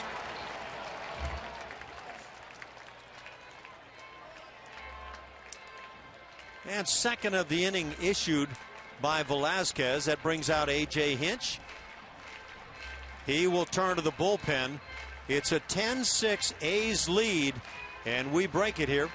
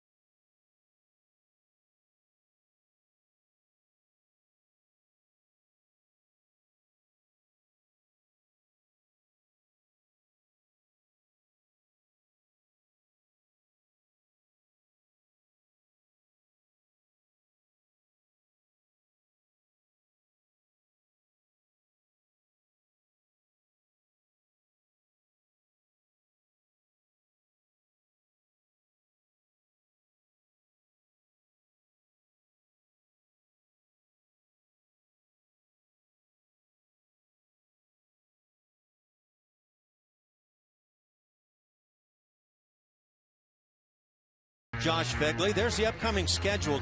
2 more with the A's to get the rest of this going now, Blummer, and it just doesn't get any easier. No, it really does. And this is not a promising start for this bullpen here on this long road trip. A couple more days. That day off is going to look pretty good after this Oakland A's series, unless they can clean this act up a little bit. But Michael Feliz in this ball game now. See his numbers at AA Corpus Christi. Got a chance to see him a little bit earlier in the season. Didn't pitch very much, but earned the right to come back here and give it a shot. 3rd game in the major leagues now for Feliz. And he starts this one missing away. Billy Burns at the plate. Couple of hits on the day. He has driven in a pair. A big 2-run single in the 6th inning. Singled and stole a base back in the 3rd inning.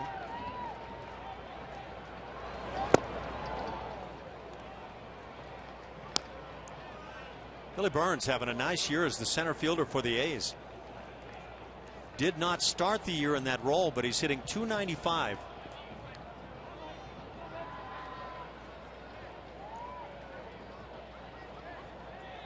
Semien aboard at first base, drew the walk on Velasquez.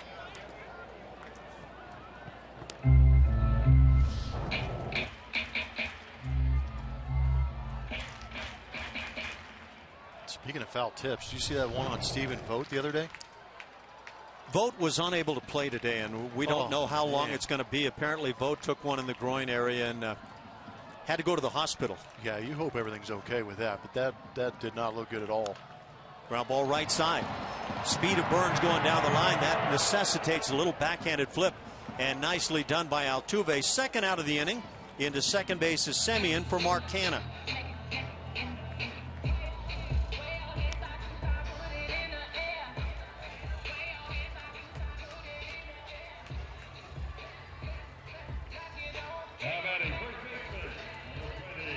Canha has a couple of hits. He's also drawn a walk, driven in a pair.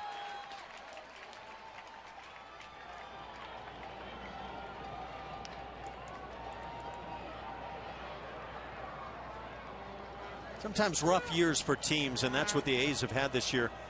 Can bring on the development of some young players, and I think that's what's happening with Mark Canha.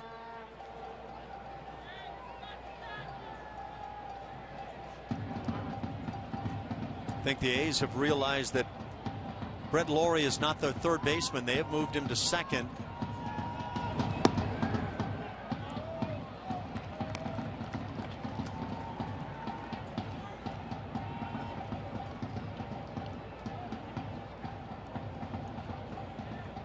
Josh Reddick waits on deck.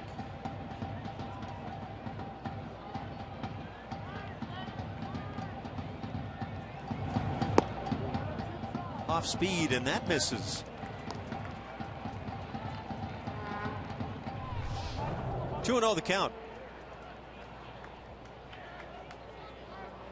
Seen a couple of those breaking balls back up on the inside corner.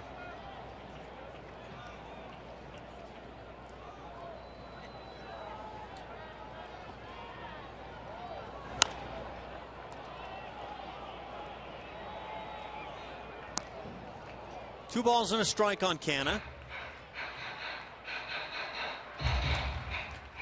Still have not seen a cloud here this afternoon. An offensive day in Oakland doesn't happen rather often at nighttime, but in the day you'll see some of these big scoring games in Oakland.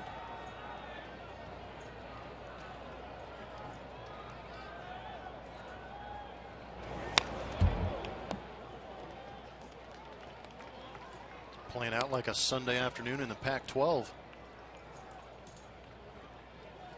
Depends who you've got on the field. Are you talking baseball or football now? Baseball. There were many a day pitching just gets annihilated on a Friday, Saturday night, then all of a sudden that Sunday day game, and it ends up being 15-12. Yeah, that's an issue for the Astros today. Fields, Thatcher, Velasquez, and now Phillies all being summoned from the bullpen. And we're just in the 7th inning. Canha just continues to spoil and foul pitches off.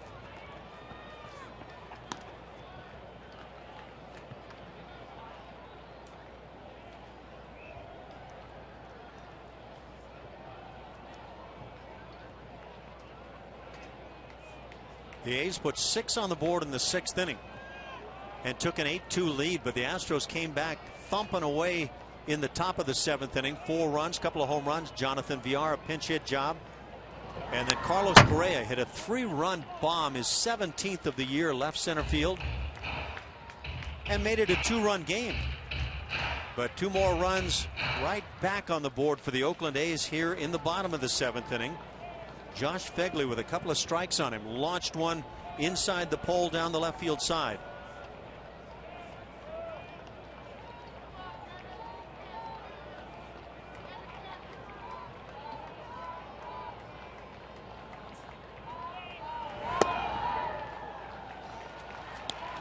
Three and 2. First base is open.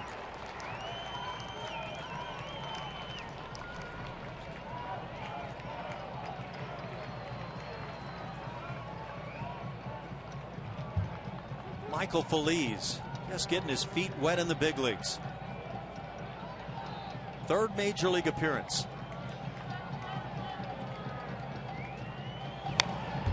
And again, Canha fouls it back. Canha, at least here today, is just one of those guys that when he doesn't center one up, simply fouls it off. It's kind of annoying. So that happened a lot to Vince Velasquez early on in his professional career too. Guys are on it, they're just unable to square it up.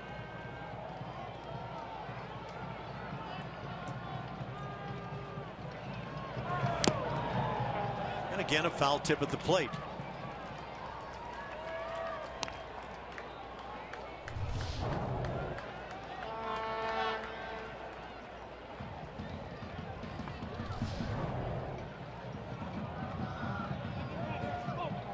Sixth hitter of the inning.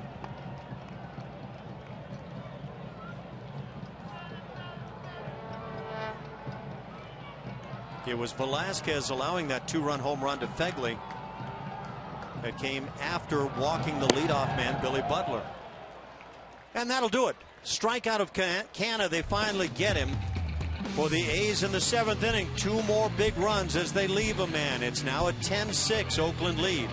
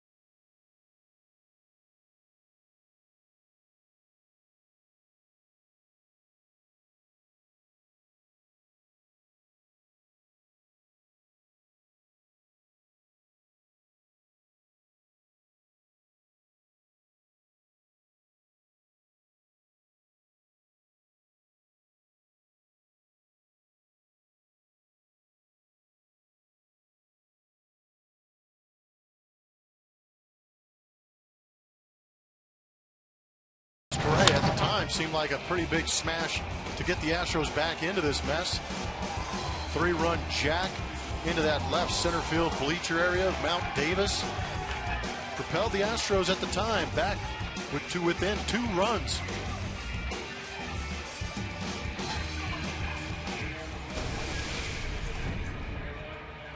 Yeah, I think he's something very unique, very special.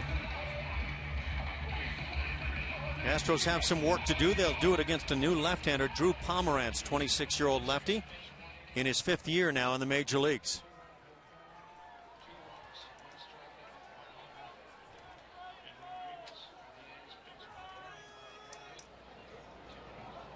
Made 9 starts on the year, 47th appearance.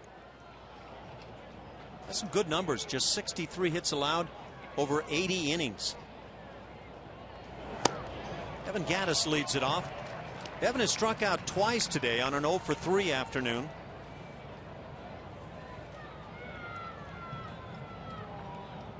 It's Gattis, Marwin Gonzalez, and then the 7th spot where Jonathan Villar pinch hit for Chris Carter with a home run in the 7th inning.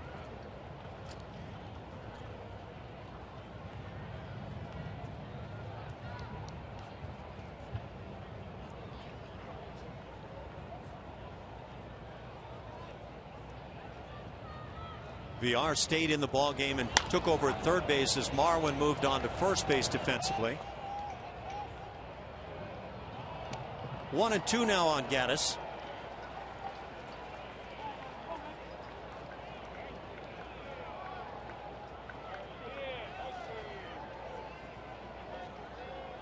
"19 hits and 16 runs between the two clubs this afternoon."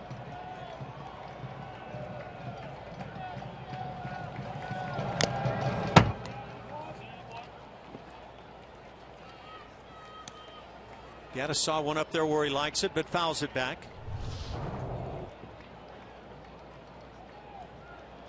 I don't know. Some of those games we've seen, that's danger zone. Yeah, I'm not sure. Evan Gattis. I'm not sure my book would say let's pitch him up there for success.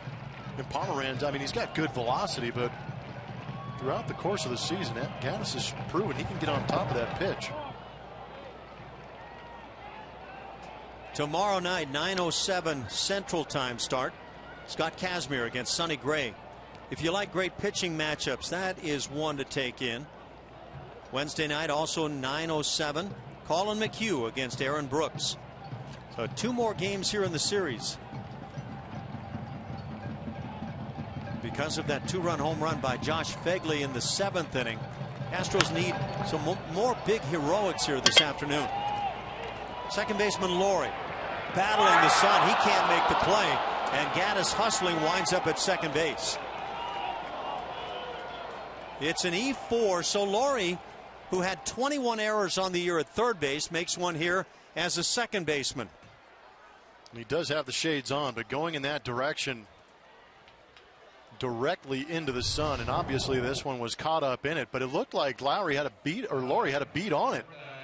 Took the hand down, just decided to go with the Willie Mays instead of getting to the spot, trying to catch it at its highest point.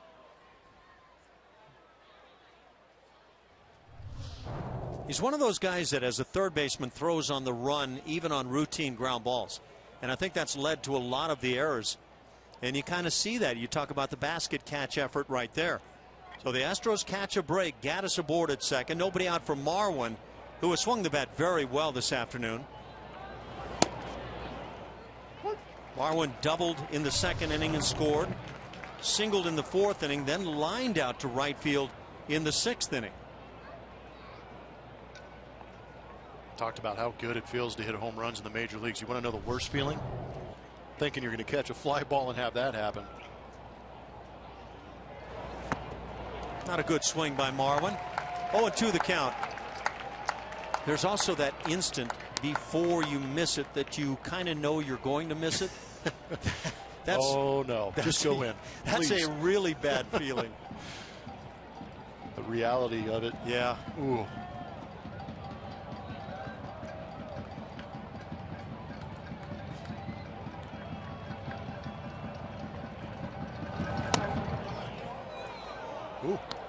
Marlins gets away with one up. 1-2 the count.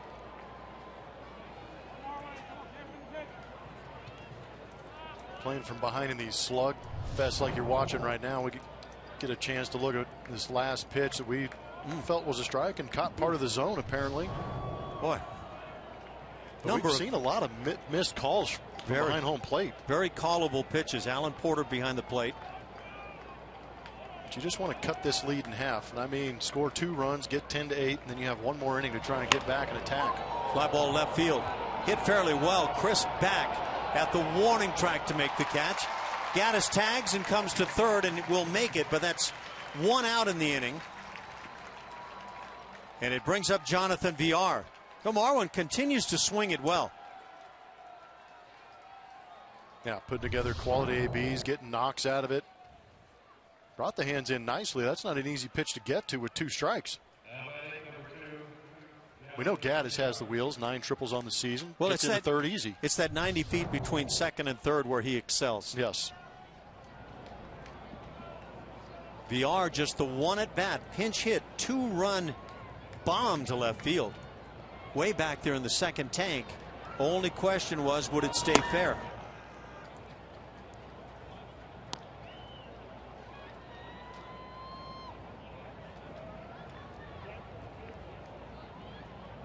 Jed Lowry comes out on deck with a bat. That's the Max Stassi spot in the order, the 8th spot. Good breaking ball for a strike. It's 1-1.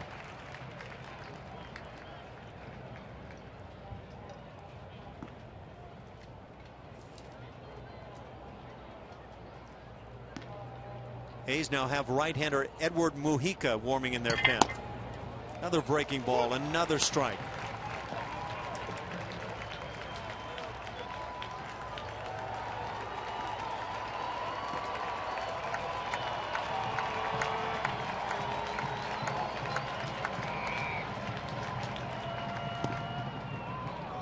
Try to bring the heat inside and miss off the plate.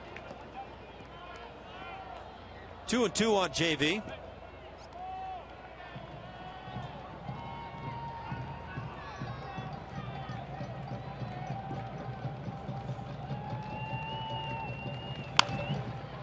Hit to second. This will produce a run as Gaddis comes across. Second out of the inning as Villar grounds out but picks up his 3rd RBI of the day. Make that second. Good job pushing that run across. I know that the Astros want more, maybe trade places with Villar's speed, but take what you can get right now. Take advantage of that error. We talked about how good teams take advantage of outs given to them. Astros did just that. So it's not a big inning yet, but at least the Astros put something on the board, make it a 3-run game. 10-7 here in the 8th.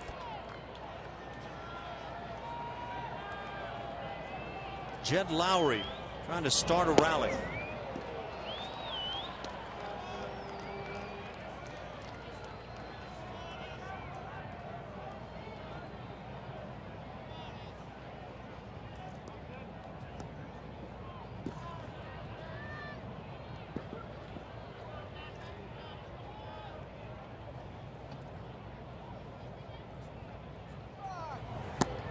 Two 2-0 the count on Lowry. Jed, of course, with that big grand slam yesterday. Biggest swing of the game as the Astros won at 8-5 eventually over the Minnesota Twins. Jed with 8 long balls on the season. And 3-0. Jake Marisnick waiting on deck. It's good to see Jed's back getting hot too this part of the season. He's been putting together some great at bats, but that over 28 leading into that homestand was a little frustrating, but he snapped out of that in a hurry. Always puts together some great at bats. Comes up with big hits like you were talking about, Ash.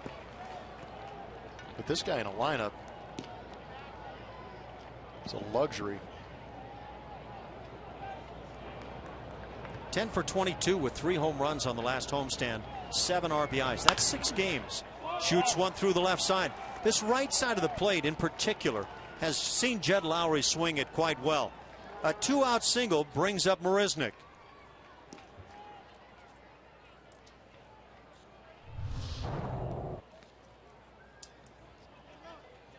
Good AB from Lowry. Just barreling things up right now. That's all he does, just touch it. I'll tell you what, right now, if Randy Bullock was in the stadium, he'd get us a tie ball game right here. Kurt Young is coming out. Put one between the uprights. All of a sudden, Texans Raiders are tied up at 10. It's kind of one of those 55-yarders needed right now, but oh, he nailed that.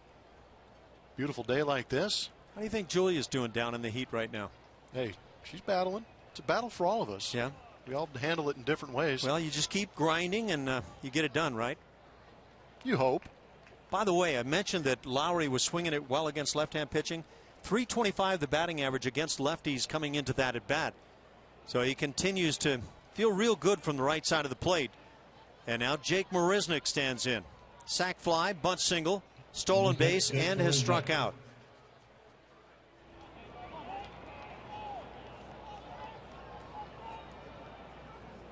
Of course, as we mentioned, the grand slam yesterday from Jed Lowry. Do not forget the 3-run home run by Jake Marisnick.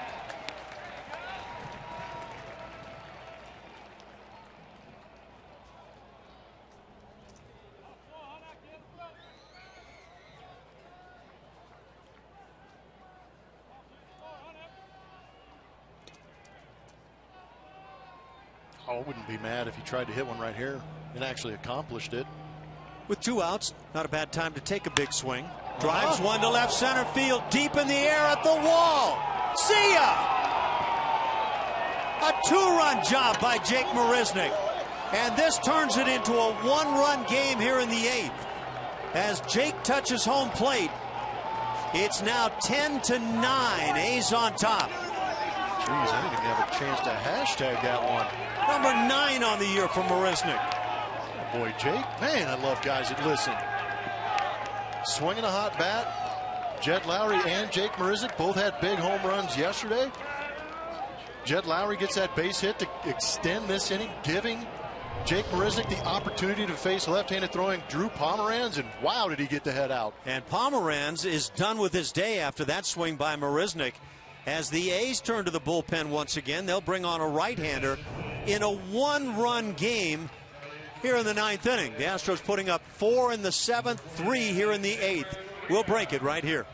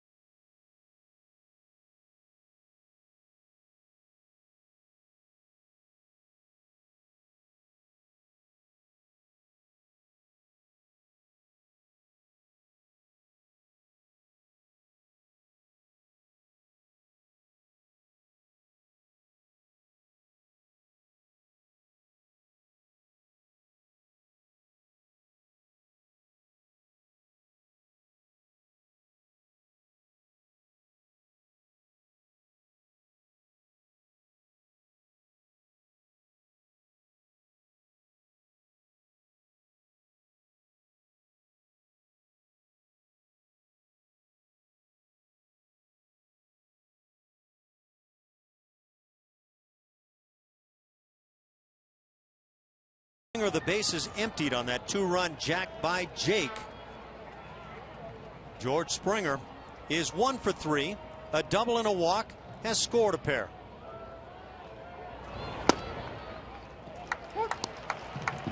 The Astros with 3 long balls on the day, none before the 7th inning. Jonathan Villar got it started. Carlos Correa added a 3-run job, a 2-run shot by Jake Marisnick.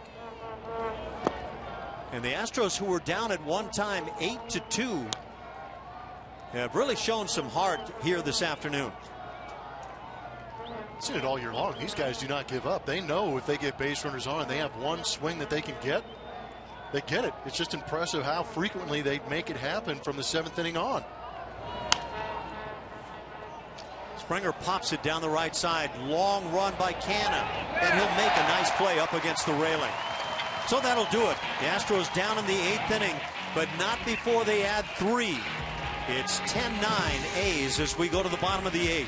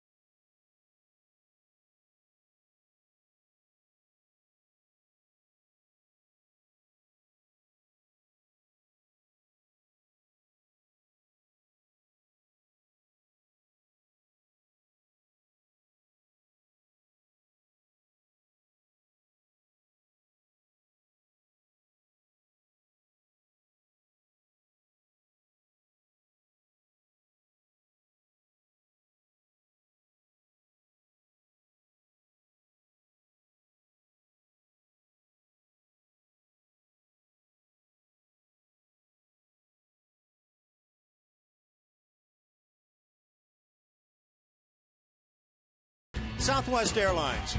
Book your low fare now at southwest.com. And by Jack in the Box. For a limited time, try the new Portobello Mushroom Buttery Jack with melted garlic herb butter.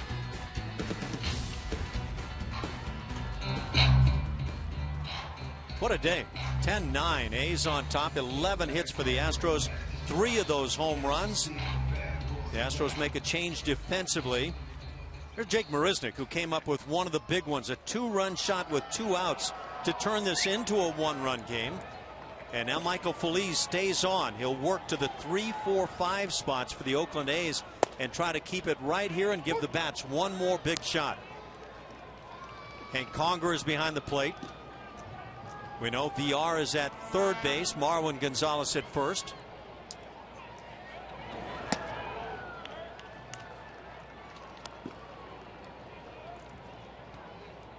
Oh for 3 on the day for Josh Reddick. He has drawn a walk.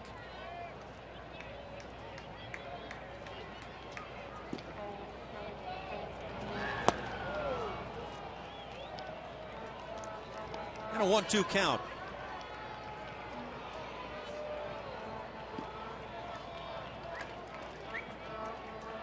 Got A.J. Hinch sticking with the rookie here in Oakland. 1-run ball game. 5 pitchers today for the Astros. So 4 guys out of the pen have had to work. Fields, Thatcher, Velasquez, and now Feliz. And I guess as a skipper, a lot of the time what you're doing is looking ahead. Other guys can't look ahead, but managers have to as you prepare for a 10-game road trip. 3-2. Gregerson gets the save yesterday. Chad Qualls pitched in that game yesterday.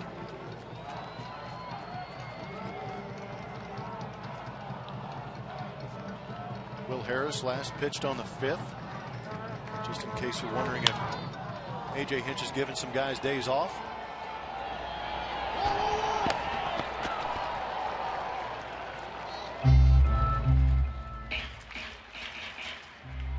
It's a pretty good job by the Houston Astros to get a safety that last inning.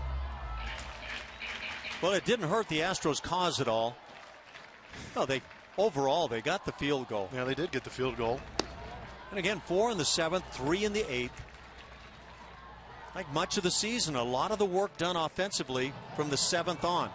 Need a big safety from J.J. Watt. to win this game if Michael Feliz can hold on right here and keep the Astros the A's in check. Popped up left side. That leaves VR as the only man with a shot, and he'll make the catch out number 1. It's a nice play by Jonathan. It's a long way to come on that shift.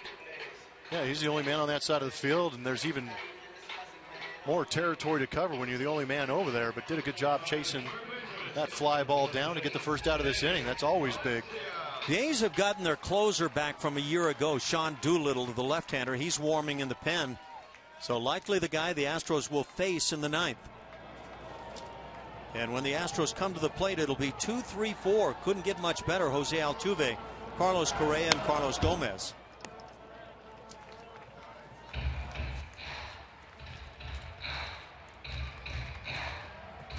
I don't think in all the times we've seen Valencia face the Astros, he's either check swung or taken a bad swing at a pitch. It seems like he is right on everything.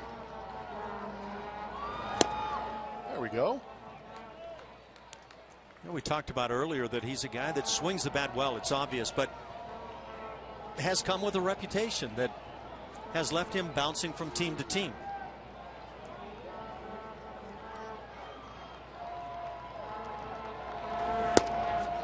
Just outside from Feliz. How about the ability to make that pitch right there? It's surprising Valencia didn't go after, but it makes you wonder if it locked him up too, because that was a great pitch after a tough slider.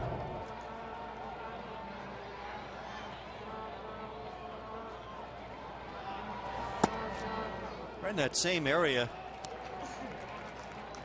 2-2 the count. Valencia originally came to the bigs with Minnesota in 2010. Lifetime 267 hitter.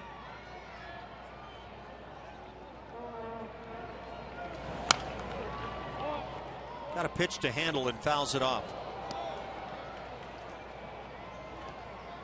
Scott Kazmir and Sonny Gray tomorrow night, 9:07 Central start.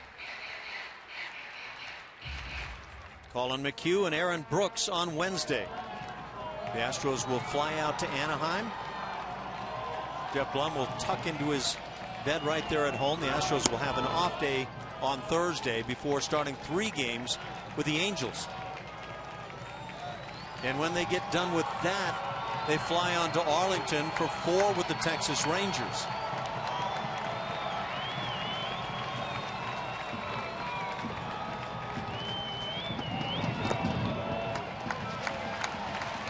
And a 1-out walk to Valencia.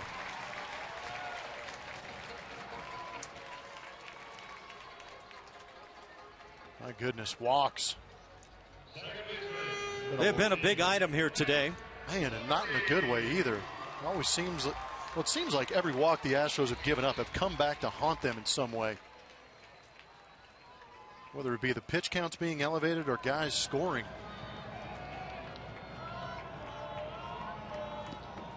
Brett Lawrie at the plate. Single and a triple. He's walked.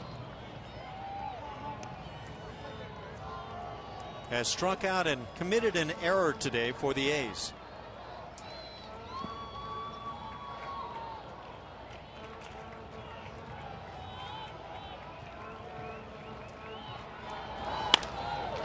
Hits one to right on a line. Springer going back and gets there.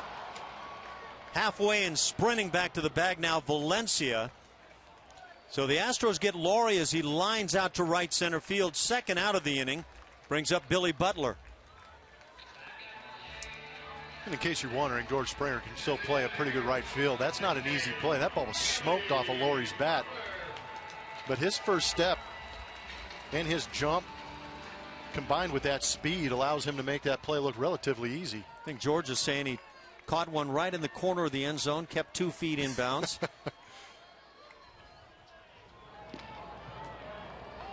Can you imagine him as a wide receiver? Man. A lot of people would like to. Butler takes a strike. Line up Correa on the left side. Line up Springer on the right side. Take your chances, huh? Yeah, drop back. Hopefully you have enough protection to get him.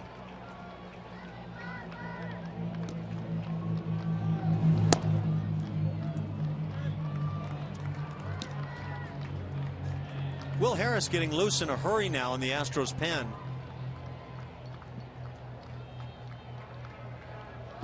Well, the next pitch for Phillies will be 33.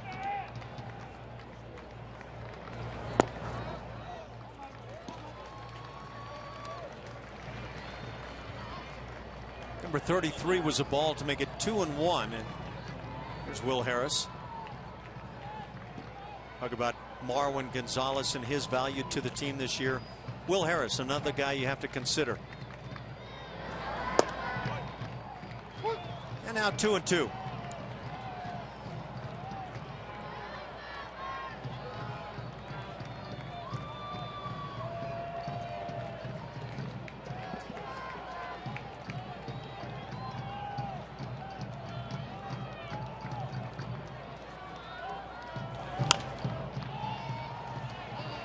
Pop up on that right side. Long run for Marwin. Doesn't have enough room, but a nice effort by Marwin.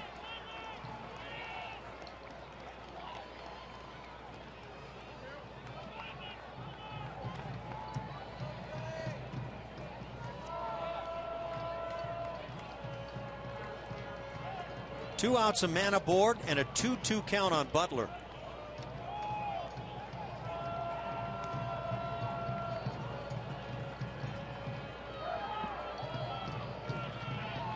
Approaching 4 hours on today's game. Butler gets a piece and fouls it back.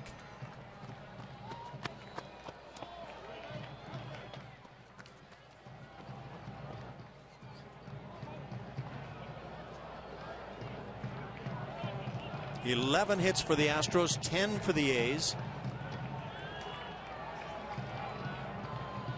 What could be a very tough shadow for the hitters approaching the home plate area.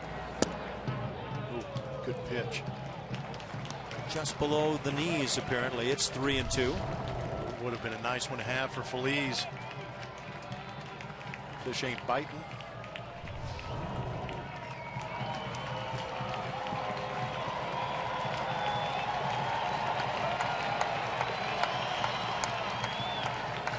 Got to put Valencia on the move. There he goes as the pitch is fouled off. Good pitch. 3-2 count. Still able to get that outside corner. You see Billy Butler turning around talking to Alan Porter. You know, where do you have that? Is out on the edge, and I'm sure Alan Porter said that's a pretty good pitch.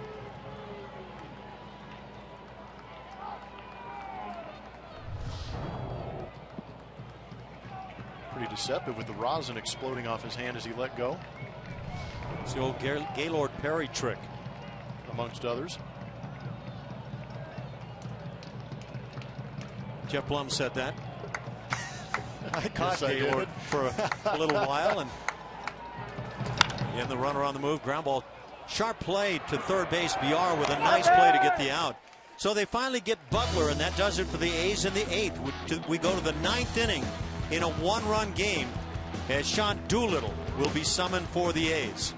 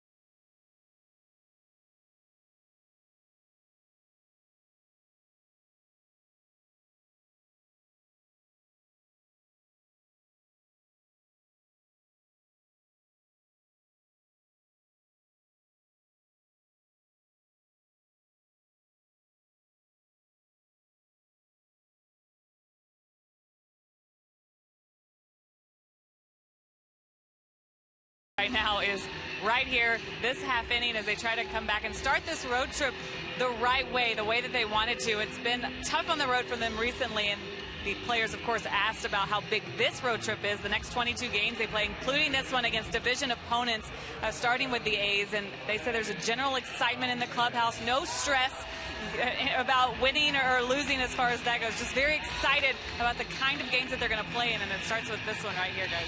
Thanks, Julia. It is 10-9. A's on top. Sean Doolittle comes on and injured much of the year, working now just his 7th time for the Oakland A's. Yeah, that strained left shoulder reinstated on August 22nd. There's a 5.79 ERA in 5 games since then. 2-3-4 for the Astros. Altuve leads off and pops up the first pitch he sees. Shallow center. Brett Lawrie with the play, and out number 1. Stay tuned for Astros postgame presented by Houston Methodist. Going to be hanging out with Bart Ennis and Mike Stanton. I'm sure they'll have plenty to talk about. Carlos Correa. Last time Carlos Correa came to the plate, it looked about like this. Tell you what, 17th Major League home run, Blummer. and he understands the situation. He is not afraid of it. He loves that spotlight in big situations, and he finds himself in another one here in the same game. Yeah, I think he has no fear. Had a big swing, but pops it up. Same spot where Altuve hit it. And same play by Brett Lawrie. 2 pitches, 2 outs here in the 9th inning. It brings up Carlos Gomez.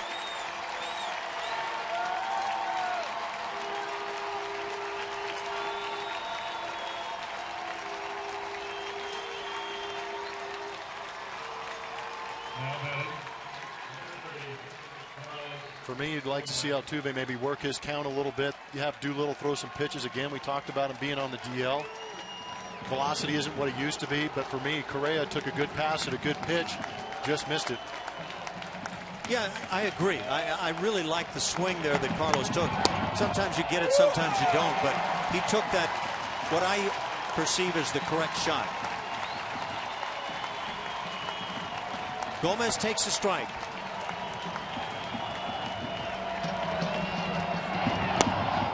And another. And the count at 0-2.